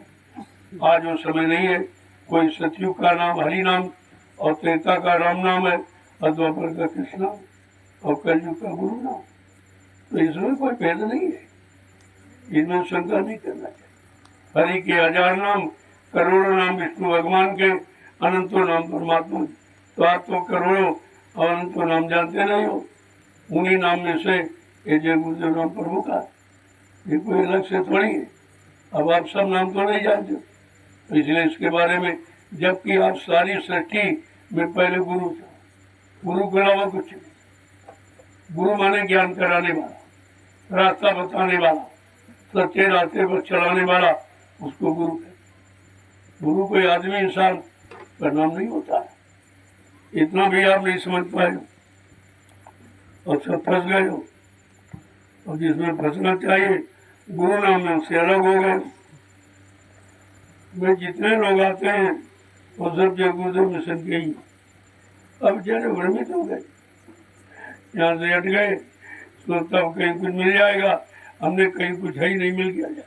अगर मिलना है तो यही से मिलेगा, इसके पास भंडार है वो देगा। और जो स्वयं भिखारी, उनके पास मांगने से आपको क्या मिले? कोई चंदा मांग रहा, कोई नोट मांग रहा, कोई वोट मांग रहा, कोई मान मांग रहा, कोई सम्मान मांग रहा, कोई गद्दी मांग रहा, ये सब मांगने वाला भिखारी और देने वाला दाता। तुम भिखारी और दाता में अंतर नहीं समझ पाए। भिखारियों से उम्मीद रखते हो कि कुछ मिल जाएगा। अरे उनके पास होता तो तुमसे क्यों मांगती? और सब मांग रहे, उन्हीं को राजा कह दो। पहचान आपको राजा प्रजा की, कि राजा क्या है, राजा कौन है, राजा का काम क्या है। काम के अनुसार राजा का नाम है, अगर काम नहीं तो नाम खत्म। कहने का मतलब ये है, पहले हर चीज की जानकारी करने के बाद तुम भ्रमित नहीं हो। अधूरी जानकारी, अधूरा ज्ञान, ये भ्रमित कर देता है। इसलिए आपको पूरी जानकारी होनी चाहिए कि काम किसके द्वारा हुआ है, अब किसके द्वारा होगा। जब तक काम के बारे में जानकारी नहीं होगी, काम करने की भूमिका आपको नहीं मालूम, तो फिर आप काम नहीं कर सकते। और किसी के सहारे बैठे, कोई कर दे, कोई कर दे। अरे भाई कोई कर देगा तो तुमको करने की कला थोड़ी मालूम हो जाए, तुम्हारे पास करने का ज्ञान नहीं होगा। तो यहाँ तो स्वयं स्वावलंबी बनाया जा रहा। स्वयं स्वावलंबी बनो, स्वयं करो, करके दिखाओ तो तुम्हारा प्रभाव पड़ेगा। और तुम करना नहीं चाहते हो और करा ढूंढ रहे हो, कहीं से मिल जाए तो वो मिल भी जाएगा, लेकिन उसमें तुम्हारा कोई नाम नहीं। जब लोग पूछेंगे अरे भाई जरा करके दिखाओ, बस वहीं से तुम पीछे हट जाओ कि भाई हम कर नहीं सकते, हमने किसी से पाया, कहेगा हटाओ तो दूर रखो। जब तुमने किया नहीं है तो किसी का लिखा पढ़ लिया, किसी का सुन लिया और किसी का बताया, आप जान गए और स्वयं कुछ किया नहीं, कहते पीछे हटो। तुम काम करने वाले नहीं हो, तुम केवल बताने वाले हो। यहाँ सब आदेश देने वाले। अगर सब आदेश देने वाले हो जाते तो ये काम होता। आदेश सबको दिया गया, हमारे यहाँ कोई छोटा बड़ा नहीं है। आदेश सबको, और सब ये सोचते हैं कि चलो भाई थोड़ा बहुत करेंगे, नहीं करेंगे तो लाभ नहीं मिलेगा। और ये लाभ कोई दे नहीं सकता हिंदुस्तान। जो परमार्थी रात्रि परमार्थी श्रमदान सेवा का लाभ, एक डलिया मिट्टी का सिर पर रखोगे, पता नहीं कितने जन्मों के पाप उतर जाए, इतना बड़ा लाभ। और एक डलिया डालोगे तो एक माला स्वीकारो, आपका सुमरन भी चल रहा। ये अध्यात्म और भौतिक दोनों साथ साथ, दोनों पहलू हैं, दोनों समझना पड़ेगा। और समझ करके कौन अच्छा सच्चा उसको पकड़ के चलना पड़ेगा। लेकिन जानकारी जब दोनों की होगी तभी दोनों के बारे में तुम्हें मतलब जानकारी ये होगी भाई कौन क्या लाभ देगा, भौतिक साधनों का क्या लाभ और अध्यात्म से क्या लाभ। जब दोनों की जानकारी होगी तो आप निर्णय लोगे कि हमें भौतिक ही करना या अध्यात्म ही करना, या भौतिक अध्यात्म दोनों करना। तो महात्मा किसी चीज का विरोध नहीं करते, कोई आलोचना नहीं करते, किसी को छोटा बड़ा नहीं करते, केवल उसकी कार्य विधि को समझा देते। इसको करोगे तो क्या लाभ मिलेगा। इसको जैसे आप शरीर इंद्रियों से पूजा पाठ तीर्थ व्रत दान हवन जब यज्ञ गंगा स्नान करोगे तो इसका लाभ क्या, शरीर को मिलेगा लाभ, ईमान सम्मान सामान ये मिल जाएगा। अगर आत्मा से भजन करोगे तो भगवान मिल जाएगा। अब आपको भगवान चाहिए कि सामान चाहिए, अगर भगवान मिल जाए तो ये सामान तुम्हारे पीछे पीछे चलेगा, क्योंकि सामान उसी भगवान का दिया हुआ। तो जब बात समझोगे नहीं तो कैसे करोगे। इसलिए महात्मा भजन की तरफ इशारा करते हैं कि भगवान को खुश कर लो, और जिसके लिए पास में सब सामान है।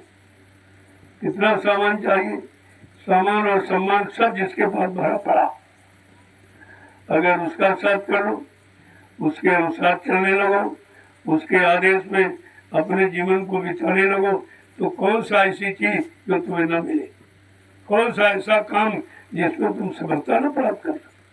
लेकिन तुम्हारे समझ में यह बात आएगी नहीं, क्योंकि सत्संग से तुम बहुत दूर खड़े हो। सत्संग को तुम प्रवचन भाषण समझते हो, जबकि सत्संग समझौती है।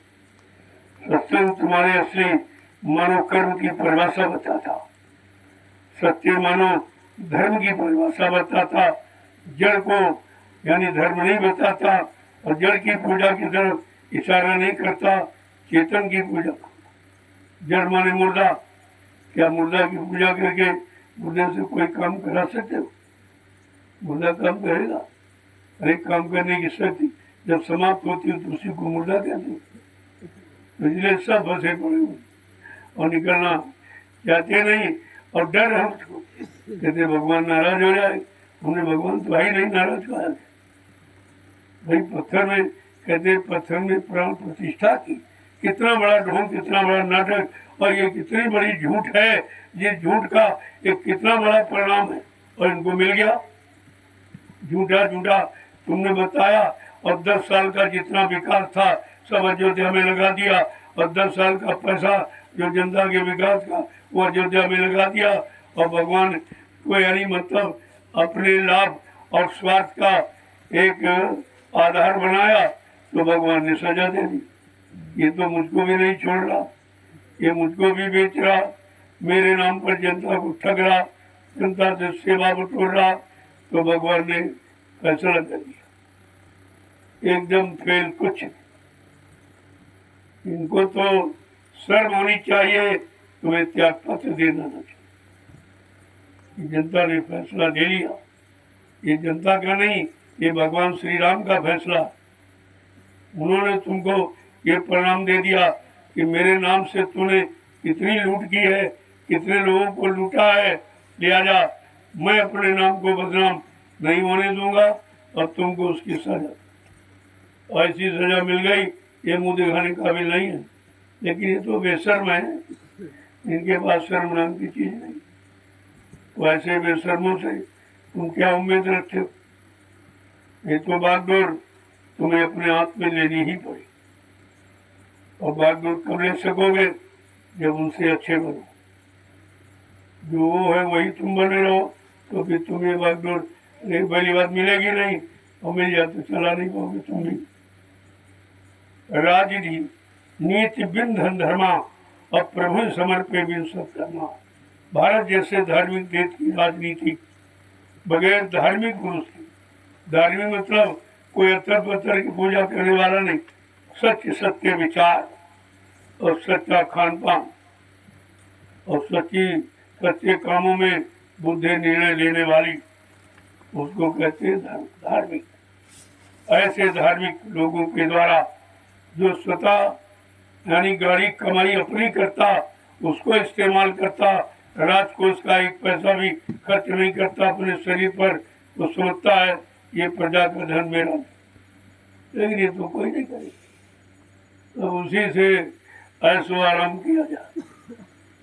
तभी तो ये पैसा समाज सेवा देखते हो में लगी नहीं पा रहा, उन्हीं से नहीं बच पा रहा तो लगेगा। अपनी निजी सेवा, कपड़े लत्ते, भारत की जनता चिथड़ों में रह रही, नंगे घूम रही, और रोज ड्रेस बदल रहा रोज। ये राजा का काम है, ये राजा का भाव है, ये पुत्रवत भाव प्रजा के प्रति है। आपको सोचना, अगर बेटा भूखा हो तो बाप रोटी नहीं खाएगा, बेटा नंगा हुआ घूम रहा हो तो बाप अच्छे कपड़े नहीं पहनेगा। यह है पिता पुत्र का नाता, रिश्ता और लगाव और मोह, ममता इसको कहते। रहने के लिए कुछ नहीं। अब बेचारे फटे चित्रों में घूम रहे, नंगे वारे रह रहे, उसकी तरफ किसी का ध्यान नहीं, अपना रोज जैसा चला। ये परिणाम है, ऐसा नहीं है। सजा सबको मिले। एक एक रुपया ये भारत की जनता का जो अपने भोग विलास में खर्च करता है, उसकी नसों से वसूल किया जाए। नसों से संत रविदास जी ने, जो मीराबाई के गुरु थे, वो आत्मज्ञानी थे, भूत भविष्य के जानकार थे। सैकड़ों साल पहले आए थे और लिख के रखे, ज्ञान पोथी में लिख के रखे कि आगे इस भारत भूमि का सुधार करने की एक ऐसा अद्वितीय विलक्षण महापुरुष आएगा। उन्होंने वर्णन किया, भारत में अवतारी होगा जो अति विस्मयकारी होगा, ज्ञानी और विज्ञानी होगा, वो अद्भुत सेनानी होगा। ऐसा सेनानी कि तीर धमंचा भाला वर्षी ये बम नहीं फेंकेगा, अपनी वैचारिक क्रांति के द्वारा देश दुनिया में परिवर्तन करके दिखा देगा। अब की बार का परिवर्तन खूनी क्रांति का नहीं है, वैचारिक क्रांति का। यही बात लोगों की समझ में आती नहीं। हमारे उनके विचारों में यही अंतर है। वो पिछली बात करते हैं, हमने कहा उस समय वक्त अलग था, उस समय देश से किसी को भगाना था तो खून कर दिया, तो डर से लोग भाग जाते थे। लेकिन आज तो सभी स्वदेशी, सब देशवासी, किसी को भगाना नहीं, इनको समझाना है, इनको जगाना है, इनको होश में ले आना है, इनको इनके मूल सिद्धांतों को बताना है। इस समय इस काम की जरूरत। तो रविदास जी कह रहे ऐसे ही महाशक्ति, शक्ति नहीं महाशक्ति का भारत देश में पैदा हो जाएगा, और वो अनोखे काम करेगा जो कोई नहीं कर सकता। कौन सा अनोखा काम कि जीते जी कई बार मरेगा और छंदम भेष में वो बिचरेगा।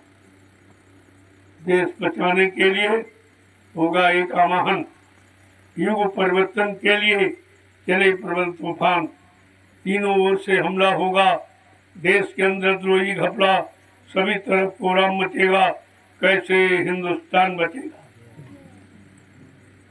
जिसने भारत माँ सताई, आज भारत माता की जय बोल रहे, इनको शर्म नहीं आती। उसी भारत माता की छाती पर पलने वाले जीव, उनकी निर्मम निर्दोष हत्या की जाए। कितने जीव रोज काटे जा रहे। जो काट कटवा रहे हो, क्या कोई जीव तुम बना सकते हो? तुम्हारे में शक्ति है और ईश्वर की बनाई हुई है, मतलब यानी सब सारी सृष्टि है जिसको तुमने बर्बाद करने वीरान करने का ठेका ले लिया। चलो भाई ठेकेदार हो, तो भी जो परिणाम होगा उसको भोगने के भी ठेकेदार हो जाओ। ये सब होगा। और उन्होंने स्पष्ट संतों को कोई डर नहीं, बिल्कुल निर्भय और सत्य का संदेश देते। कहना इस भारत माता को किसने किसने सताया है, उनको नाम बारी कह रहे नेता मंत्री और अधिकारी, इन लोगों ने इस भारत माँ को लूटा है और सताया है और लोगों के साथ ये गंदा व्यवहार अपने स्वार्थ हल करने के लिए किया है। तो क्या कह रहे नेता मंत्री और अधिकारी, अब इनको जान बचाना होगा भारी। कितनी बड़ी बात, कितना बड़ा चैलेंज है कि इनको अब जान बचाना मुश्किल है। जो इन्होंने रास्ते निकाले हैं कि मैं विदेशों में धन जमा कर दिया और जब कोई बात आफत आएगी भारत में विदेश भाग जाऊंगा। तुम कैसे भाग जाओगे? तुम्हें मालूम नहीं कि संतों की ऐसी भूमिका है, ऐसा जाल है, उसे तुम निकल नहीं सकते। कहा हमारी दूरदर्शी एरोड्रम पर तुमको पकड़ेगी और कहेगी देश का हिसाब दिए जाओ, देश का हिसाब दिए जाओ, एक एक पाई। ऐसे निकलने नहीं दिया जाएगा जैसा तुमने सोच लिया। महात्मा कोई घात नहीं छीलते, उनको सब मालूम है और वो व्यवस्था बनी पड़ी, बनाना भी नहीं पहले से। अब तुम प्रचार न करो, जनता को गुमराह करो, न बताओ, लेकिन वो भूमिका तो अपना काम करेगी। तुम्हारे बताने से क्या, वो जिस काम के लिए बनाया वो काम करेगी। तो संत रविदास जी खोल के कहे नेता मंत्री और अधिकारी, इनको जान बचाना होगा भारी। एक दिन ये सब मैदान छोड़ के भागेंगे, अपने अपने घरों में छिपेंगे, लेकिन महापुरुष क्या करेगा? ढूंढ ढूंढ कर बदला लेगा, सब हिसाब चुकता कर देगा। कोई बचने वाला नहीं है। ग्राम प्रधान से लेकर राष्ट्रपति प्रधानमंत्री तक कोई बचने वाला, संतों के जाल से कोई निकलने वाला नहीं। बाबा जी ने पहले भी कहा हमने ऐसा जाल बना रखा कि छोटी बड़ी मछली कोई नहीं बचेगी जो फंसेगा। महात्माओं के गुण वचन बड़े मतलब यानी नुकीले होते हैं, लेकिन आप इतनी जल्दी समझ नहीं सकते। 12 साल रहो संत की टोली, तब समझ में आवे एक बोली, ऐसे आप नहीं समझ सकते।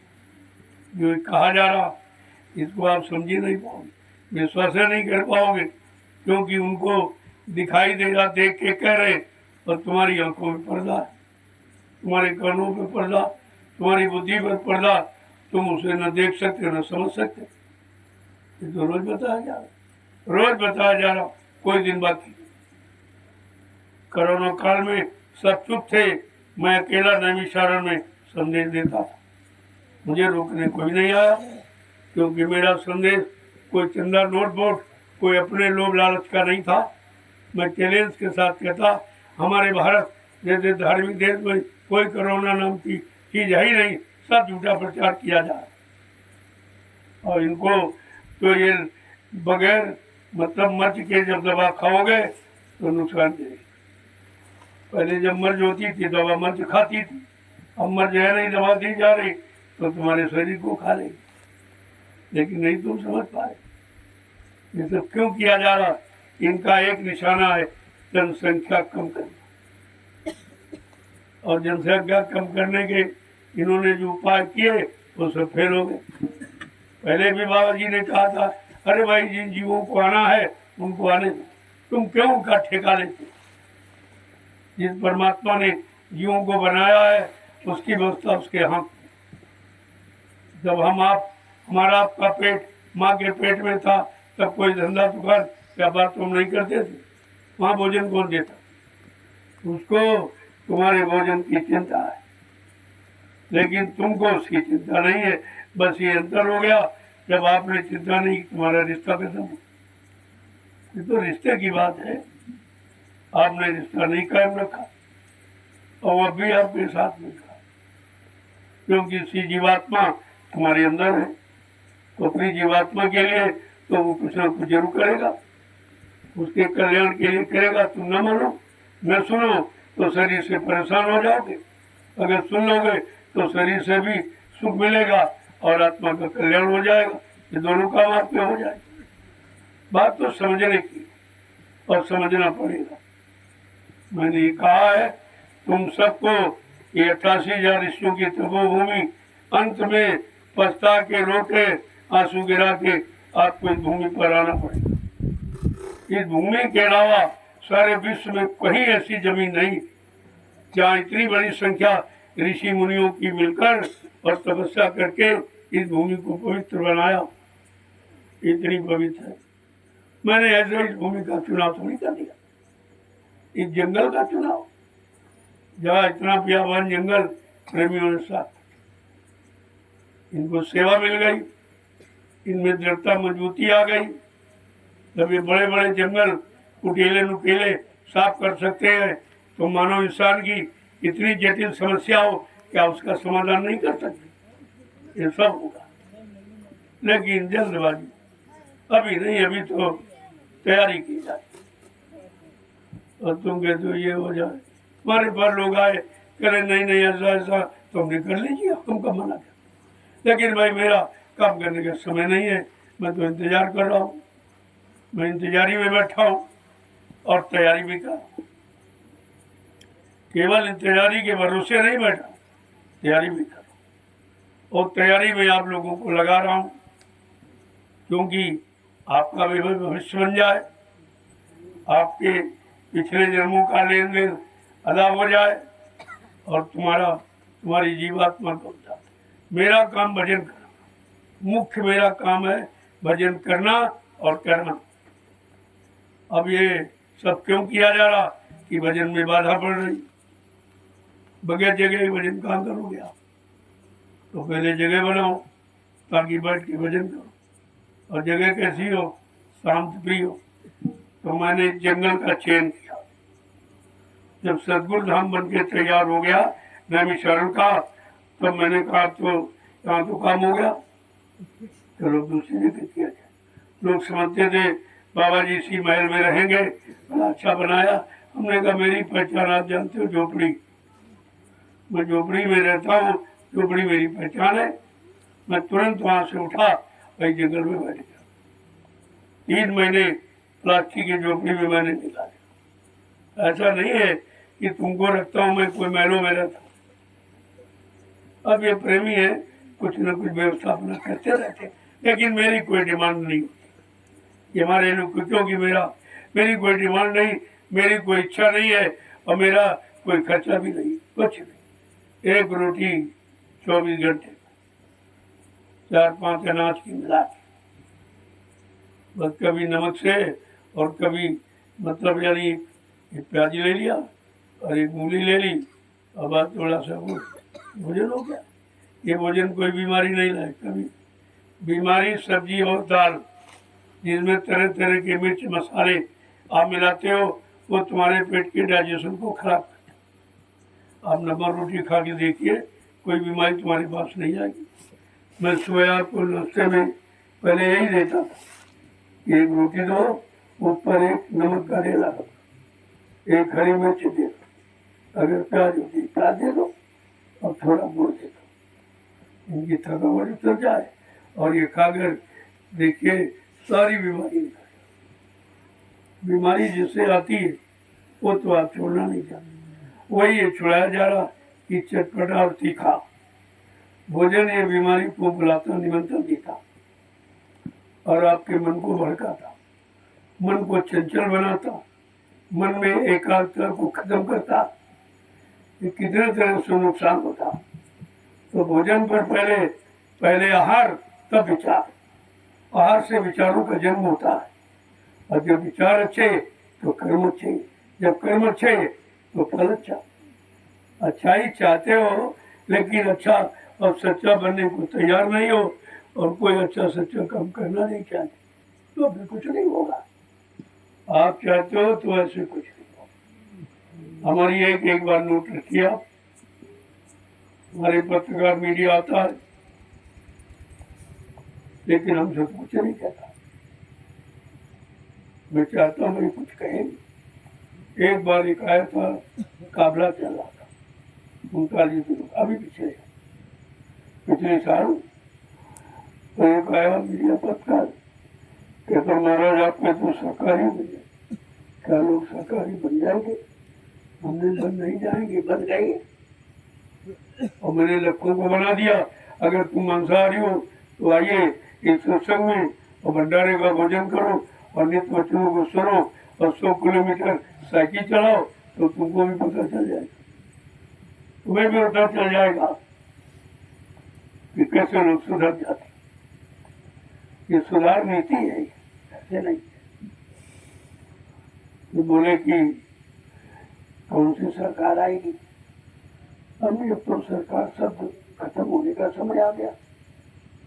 अब सरकार नामो निशान मिट जाएगा, क्योंकि सरकार शब्द से लोगों ने अपना स्वार्थ हल किया, कुछ नहीं किया। जनता का कोई काम किया नहीं। लिहाजा आगे वो संतों का राज करेगा, खालसा की बचेगा। गुरु नानक जी ने आगे संतों का राज होगा, तब तुम्हें सच्चाई मिलेगी, तुम्हारे सब काम सच्चे हो जाएंगे। सच्चा न्याय सुरक्षा तुम मिले, ये देने वाली नहीं है, इनके पास का। ये तो ईश्वर को साक्षी करके शपथ खा जाते और करते कुछ।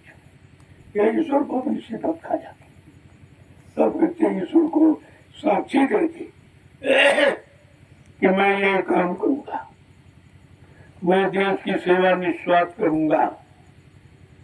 ये कसम असम का इनके कुछ नहीं, ये तो दाएं बाएं का काम का। इसलिए इनके भरोसे कुछ नहीं होगा। अब आप इनका भरोसा क्यों? अपने आप पर खड़े करो, खड़े हो जाओ, क्योंकि प्रजातंत्र यानी प्रजा ही राजा। तुम अपने आप को ये समझ ही नहीं पा रहे हो कि हम ही राजा, हमारे द्वारा राजा बनता और फिर राजा हमारे पर शासन करता, और हम समझ नहीं पाते। हमारी जो व्यवस्था है वो तो बनाता नहीं, जो हमारी सुख सुविधा के साधन वो तो करता नहीं, हमको न्याय सुरक्षा रोजी रोटी कोई देता नहीं। तो आपको तो सोचना पड़ेगा। ये प्रजातंत्र में प्रजा ही राजा है। आज प्रजा को कितने दबा के रखा जा रहा और प्रजा पर शासन किया जा रहा, और प्रजा पर वो लोग राजा बन के शासन करते और कहते प्रजा ही राजा। सब झूठा संदेश, और तुम्हें संदेश पर कभी विचार करते नहीं। मूल जड़ को पकड़ो तो आपकी समझ में सब आए। ये डाल पत्ते लिए घूम रहे हो, इससे कुछ नहीं होगा। जड़ को पकड़िए आप, सब काम हो जाएगा। संत महात्माओं ने जड़ को पकड़ा है और पकड़ने की कोशिश। जब जड़ पर आप पहुंच जाओगे तो पेड़ को हरा भरा कैसे रखा जाए, तो उस पर पानी डालोगे। तो जड़ पे पानी डालने से और जड़ पे खाद डालने से पेड़ को अच्छा होगा कि पेड़ के पत्तों पर ऊपर खाद डालो और पानी डालो तो इस पेड़ हरा भरा होगा। और यही तुम करते हो। ये डाल पत्ते लिए घूम रहे हो, ऐसे हो जाएगा, ऐसे हो जाए, ऐसे। हमने कहा नहीं, जब तक जड़ पे पानी नहीं डालो ये प्रजा जो हरा भरा हो जाएगी और सबको फल लाभ देने वाली ये ऐसा पेड़ है, इसको हरा भरा करना है। तो पहले बात को समझो, फिर करने की सोचो आप, और सोचना पड़ेगा। मैं तो सबको बता दूं, लोग अपनी नीति को छिपाते, मैं खोल के कहता हूँ भाई तुम कर सकते हो, चलो आ जाओ निकल कर मैदान में, मैं तुम्हारा साथ दूंगा। लेकिन सच्चाई, ईमानदारी और चरित्रता का काम करोगे तो स्वार्थ लोग लालच हमारा कोई योगदान नहीं होगा। ये काम हम नहीं करते। न हम स्वार्थ रखते, न स्वार्थी को अपने साथ रखते, न स्वार्थी के अनुसार कोई काम करता हूँ, न स्वार्थी की बात मानूंगा। ये काम इसलिए मेरे पास बहुत लोग आए और लंबा जन्म देकर यहाँ तो अगर सेवा ली जाए तो करोड़ों रुपए रोज आएंगे। तो हमने इस भावना से मत आना। ये दरबार देने वाला है, ये दरबार है लेने वाला नहीं है। और तुम्हारे पास दुकान में सौदा बगैर पैसे का नहीं मिलता, ये बात तो आप जानते हो। दुकान में पैसा सौदा बगैर पैसे का नहीं मिलता और दरबार में मुफ्त लुटाया जाता। कितना अंतर, इस अंतर को तुम अभी तक नहीं समझ पाए हो। और दुकानों पर भीड़ लगा रहे हो और दुकानों पर जा रहे हो। रोज नित्य नई दुकानें खुल रही क्योंकि लोग जानते हैं कि दुकानों पर आगे पैसा देंगे, हम बगैर पैसे का सामान देंगे नहीं। और दरबार तो मुफ्त नहीं लुटाता तो दुकानें बंद हो जाएंगी। और यही करना है, स्वार्थ लोभ लालच की दुकानें बंद हो जाए। ये परमार्थी दरबार अपना काम शुरू कर दिया है तो स्वार्थ लोभ लालच और मान सम्मान अधिकार की ये दुकानें बंद हो जाएंगी। अब ये परमार्थ का दरबार खुल गया लोगों का सच्चा काम करने के लिए, इनको सच्चा न्याय सुरक्षा रोजी रोटी देने के लिए ये दरबार ने संकल्प लिया। आपको भी मालूम ही क्या है, लेकिन बहुत आहिस्ते आहिस्ते मैं अपना काम कर रहा हूँ, धीरे धीरे ताकि धीरे धीरे में लोगों की परीक्षा भी हो जाए, लोग मजबूत भी आ जाएंगे, भगोड़े भाग जाएंगे, स्वार्थी लोभी लालची भाग जाएंगे। वो तो मेरे पास टिकेंगे नहीं, क्योंकि ना मैं ये काम करता हूँ ना करने की सलाह देता हूँ, तो हमारे पास कोई नहीं आएगा। और हमको ऐसे स्वार्थी लोभी लालचों की जरूरत भी नहीं।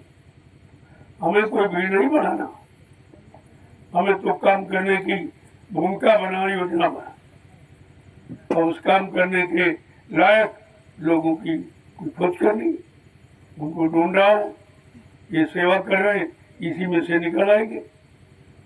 आप देखते जाइए इनको कैसे मजबूत किया जा रहा, इनके अंदर निस्वार्थ की भावना कैसे भरी जा रही। जैसे आज ये काम निस्वार्थ कर रहे हैं, ऐसे पूरे देश का काम निस्वार्थ करेंगे। इनको ऐसी शिक्षा और तालीम और दीक्षा दे दी जाएगी, ये अपने आप को कुर्बान कर।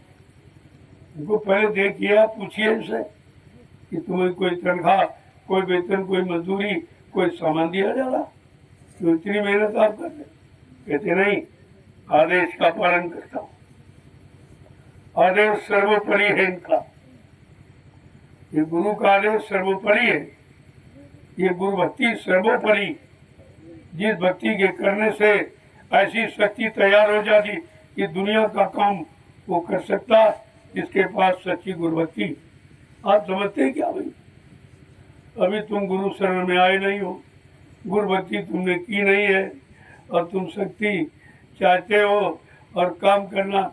अरे बगैर गुरु भक्ति के शक्ति नहीं आएगी और बगैर शक्ति के तुम कोई काम कर नहीं सकते। बात तो समझ में आपके आती नहीं, मैं तो खोल के कहता हूँ। तुम समझते हो आज हो जाए, अभी हो जाए, हमने कहा नहीं, हर काम का समय निश्चित है, चाहे अच्छा काम हो चाहे बुरा, उसके करने का समय निश्चित है और उसका परिणाम और फल भी निश्चित है। फिर आपको चिंता किस बात? अच्छे सच्चे काम में लग जाओ। अगर अच्छाई सच्चाई चाहते हो कि समाज के लोगों में, देश के लोगों में सच्चाई अच्छाई आ जाए, तो आप सच्चाई अच्छाई में पहले जुट तो जाओ, करके तो दिखाओ, तभी तुम समझ पाओगे किसी में सच्चाई अच्छाई है कि नहीं। करना तुम चाहते नहीं हो और नाम बड़ी चाहते हो, कभी नहीं होगा। मैं ऐसे लोगों को बिल्कुल पसंद नहीं करता हूँ। जय गुरुदेव, जय गुरुदेव, जय गुरुदेव। नाम किसका? प्रभु का प्यारा नाम। जोर से बोलो, सब मिल बोलो, बोलना होगा,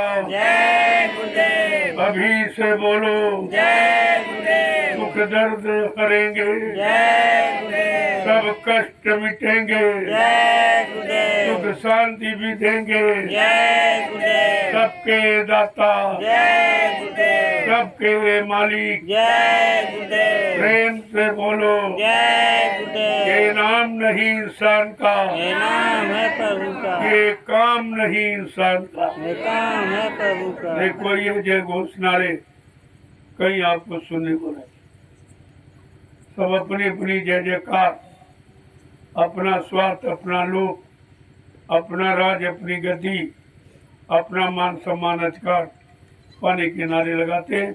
और आप ये सुने, इसमें सबका हित भरा हुआ और ये काम प्रभु के द्वारा, प्रभु के द्वारा। जब परमात्मा स्वतः अपना काम करने के तैयार होता तो किसी न किसी शक्ति में, यानी शक्ति में अपनी शक्ति प्रवेश कर किसी न किसी इंसानी पोल पर अपनी शक्ति भेजता है और गुरु की शक्ति से वो इंसानी शकल काम करती है। वो अपना काम नहीं, क्योंकि वो जानती है ये गुरु के द्वारा हो रहा, गुरु स्वतः कर रहा, केवल निमिष मात्र हमको खड़ा कर दिया, काम वही करता, तो उसमें कोई अहंकार नहीं। वो जानता हम तो कर ही नहीं, तो गुरु ही करवा रहा। तो इन बातों पर जब ध्यान से आप चलोगे करोगे तो सच्चाई तुम्हारे पास, ये सब सच्चाई। तो काम तो होना है। कहा था किसी मनुष्य पोल पर बैठकर मैं तो तुम्हारा काम करूंगा, तुम चिंता क्यों करते? तुम मेरे आदेश हुकुम का पालन करो और तुमसे मैं तो भजन कराऊंगा। ये देश सेवा, समाज सेवा भी कर लो और अपनी आत्मा के कल्याण के लिए भजन कर लो। सेवा और भजन, सेवा है देश के समाज को लाभ देने के लिए और भजन आत्मा के कल्याण के लिए। तुम्हारे दोनों काम हो जाए तो इसमें से महात्मा तो कौन सा गलत है? वो तो तुम्हारा दोनों तरफ से काम, शरीर समाज परिवार में सुख शांति आ जाए और तुम्हारी जीवात्मा का उद्धार कल्याण हो जाए। और आप क्या चाहते? सुधार और उद्धार दोनों, और दोनों हो जाएंगे। इसी को सतयुग, सत्य का युग, सत्य की व्यवस्था भूमिका कहोगे। सतयुग कोई आदमी इंसान नहीं है तो बाबा जी पकड़ के ले आएंगे आपको दिखा। तुम्हारे अंदर सतयुग कलयुग भरा होगा। तुम खुद देखो अपने आप कि 24 घंटे में कितने बार सतयुग में जाते हो, कितने बार कलयुग में। आपको समझ में आ जाएगा सतयुग कलयुग क्या है। जब तुम बुराई में, बुरे कामों में, लोगों का बुरा करने में, लोगों प्रति बुरी सोच, निंदा आलोचना बुराई, ये कलयुग है। अगर लोगों की भलाई, लोगों का उपकार कर लो, सबको सच्चाई के रास्ते पर ला के खड़ा कर दो, प्रेमी उसी को सतयुग है। सतयुग कलयुग हमारे आप में ही। अब हम अपने आप में सतयुग कलयुग को नहीं देख पा रहे तो तुम समाज और देश में सतयुग को कैसे पहचानो? और महापुरुष कह रहे जरूर आएगा, इसे कोई रोक नहीं सकता। और ये कलयुग को भगाऊंगा और सतयुग को लाऊंगा। स्वतः खुद कह रहे, किसी के ऊपर, किसी के बल पर नहीं। ये कलयुगी व्यवस्था जो दुख तकलीफ मुसीबत आपत्ति देने वाली, जो लूटपाट करने वाली, मतलब यानी उस कलयुग को भगा दूंगा और सतयुग को ले आऊंगा, ताकि सबको सच्ची सुख शांति मिले, सब प्रेम प्यार मोहब्बत में रहे, एक दूसरे के काम आए, एक दूसरे का काम करें, एक दूसरे पर दया करें। और मतलब माँ बहन बेटी बहू की पहचान करे, ऐसी आंख उनकी साफ हो जाए, आंखों की गंदगी, कानों की गंदगी और मन की बुद्धि चित्त की गंदगी ये सब निकल जाए, साफ हो जाए। बस इसी को सतयुग कहते हैं। यही सतयुग, जिस दिन तुम्हारी आंखें सत्य देखने लगी, कान सत्य सुनने लगी, जबान से सत्य आप बोलने लगो और पैरों से सच्ची जगह चल के जाने लगो और हाथों से सत्य धर्म अपनाने करने लगो और मन से सच्चा संकल्प विकल्प करने लगो और बुद्धि से सच्चा निर्णय लेने लगो। प्रेमियों, इसी को कहते सतयुग। सतयुग कोई आदमी इंसान नहीं है, सतयुग माने व्यवस्था। इसलिए आपसे कहा जा रहा, तुम हमें सहयोग करो, मैं तुम्हें व्यवस्था दूंगा। और यही बात पहले थी, लेकिन तुम समय समय की बात को, समय समय के इशारों को समझ नहीं पाते हो। समय एक समान नहीं होता, इसलिए इशारा और आवाज आदेश एक समान नहीं होता। तब किसी को देश से निकालना भगाना था, जब अंग्रेजों को देश से निकालना भगाना, जैसे तुम्हारे मकान में कोई किराएदार, अब वो कमरा नहीं छोड़ रहा, मकान नहीं छोड़ा, आप परेशान हो, अगर तुम दरवाजे पर एक खून कर दो तो रातों रात मकान छोड़ के भाग जाएगा। इतना बड़ा प्रभाव होता डर। तो इसी को उन्होंने एक आवाज लगा दी कि अंग्रेज सुन ले कि ये लोग किस तरीके से तैयार है। कहा तुम मुझे खून दो, मैं तुम्हें आजादी दूंगा। ये सुनकर अंग्रेज भयभीत हो किया तो थोड़ा बहुत, लेकिन काम बड़ा हो गया। आगे हो तो उस समय भगाना था, अब किसी को भगाना नहीं है, ना कोई विदेशी सब स्वदेशी हो, सब देश के रहने वाले हो। तो इनको भगाना नहीं, इनको समझाना है, इनको जगाना है, होश में लाना, ये काम आपको करना है।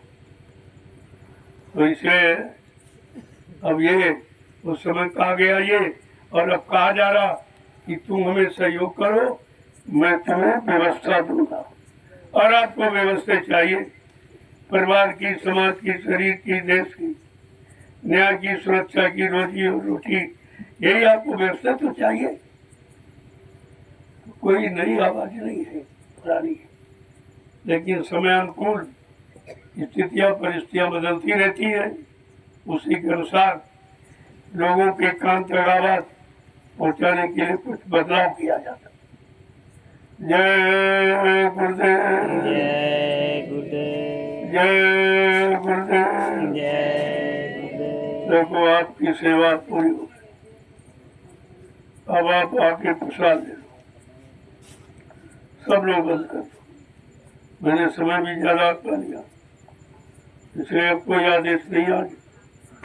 सब लोग इसको बंद कर दो और धीरे धीरे लाइन से आओ, और आज की जो मेहनत परिश्रम आपने किया है, उसकी दया का भरा प्रसाद लेना। ये प्रसाद बहुत कम है, तरह तरह की बीमारी परेशानी, लेकिन कब, तब आप परहेज करो। डॉक्टर वैद्य भी कहता है भाई परहेज करो, हमारी दवा कम करेगी। आप परहेज करते नहीं हो, केवल परहेज आप शाकाहारी हो जाइए और ये आपको कम करेगी। पीछे आइए आप लोग। लाइन लगा लिया, बाकी कैसे प्रसाद में पाए लाइन लगा लीजिए, सबको कोई बाकी नहीं है। भैया लोग इसमें हो जाएंगे, मान लो स्टार्ट जाएंगे। दो लाइन पहला और परसों, ये मर्यादा इसको बराबर रखा पड़ता है। भैया पीछे चलिए आप लोग, का कितना बड़ा प्रभाव में कहीं चले जाओ प्रसाद कोई नहीं दे, कहीं चले जाए आप, न राजनीति नेता न कोई महात्मा, प्रसाद कोई नहीं देता। तुम ही खरीद के ले जाते हो और उसी में से थोड़ा निकाल के लौटा तो बाकी सब रख लेता। लेकिन यहाँ का माहौल देख के वातावरण तो आपकी समझ में आ जाएगा कि सच्चाई दरबार में है कि उनकी दुकानों पर है। यही नहीं समझ पाया, अब आप आके प्रसाद दे।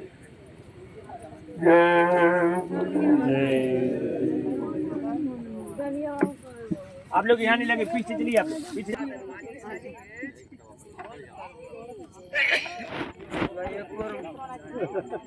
अरे ऐसे लाइन लगा थोड़ा जैसे बंधक कर लिया, बंधक कर लिया, इसको टिकने जाओ हुआ का है ना।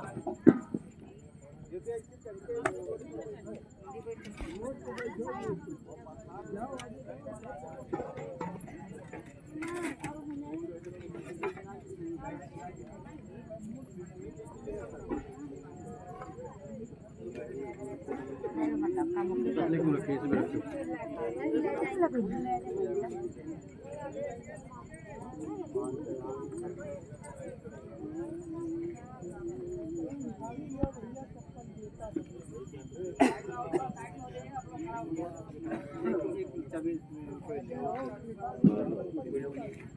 अरे मैं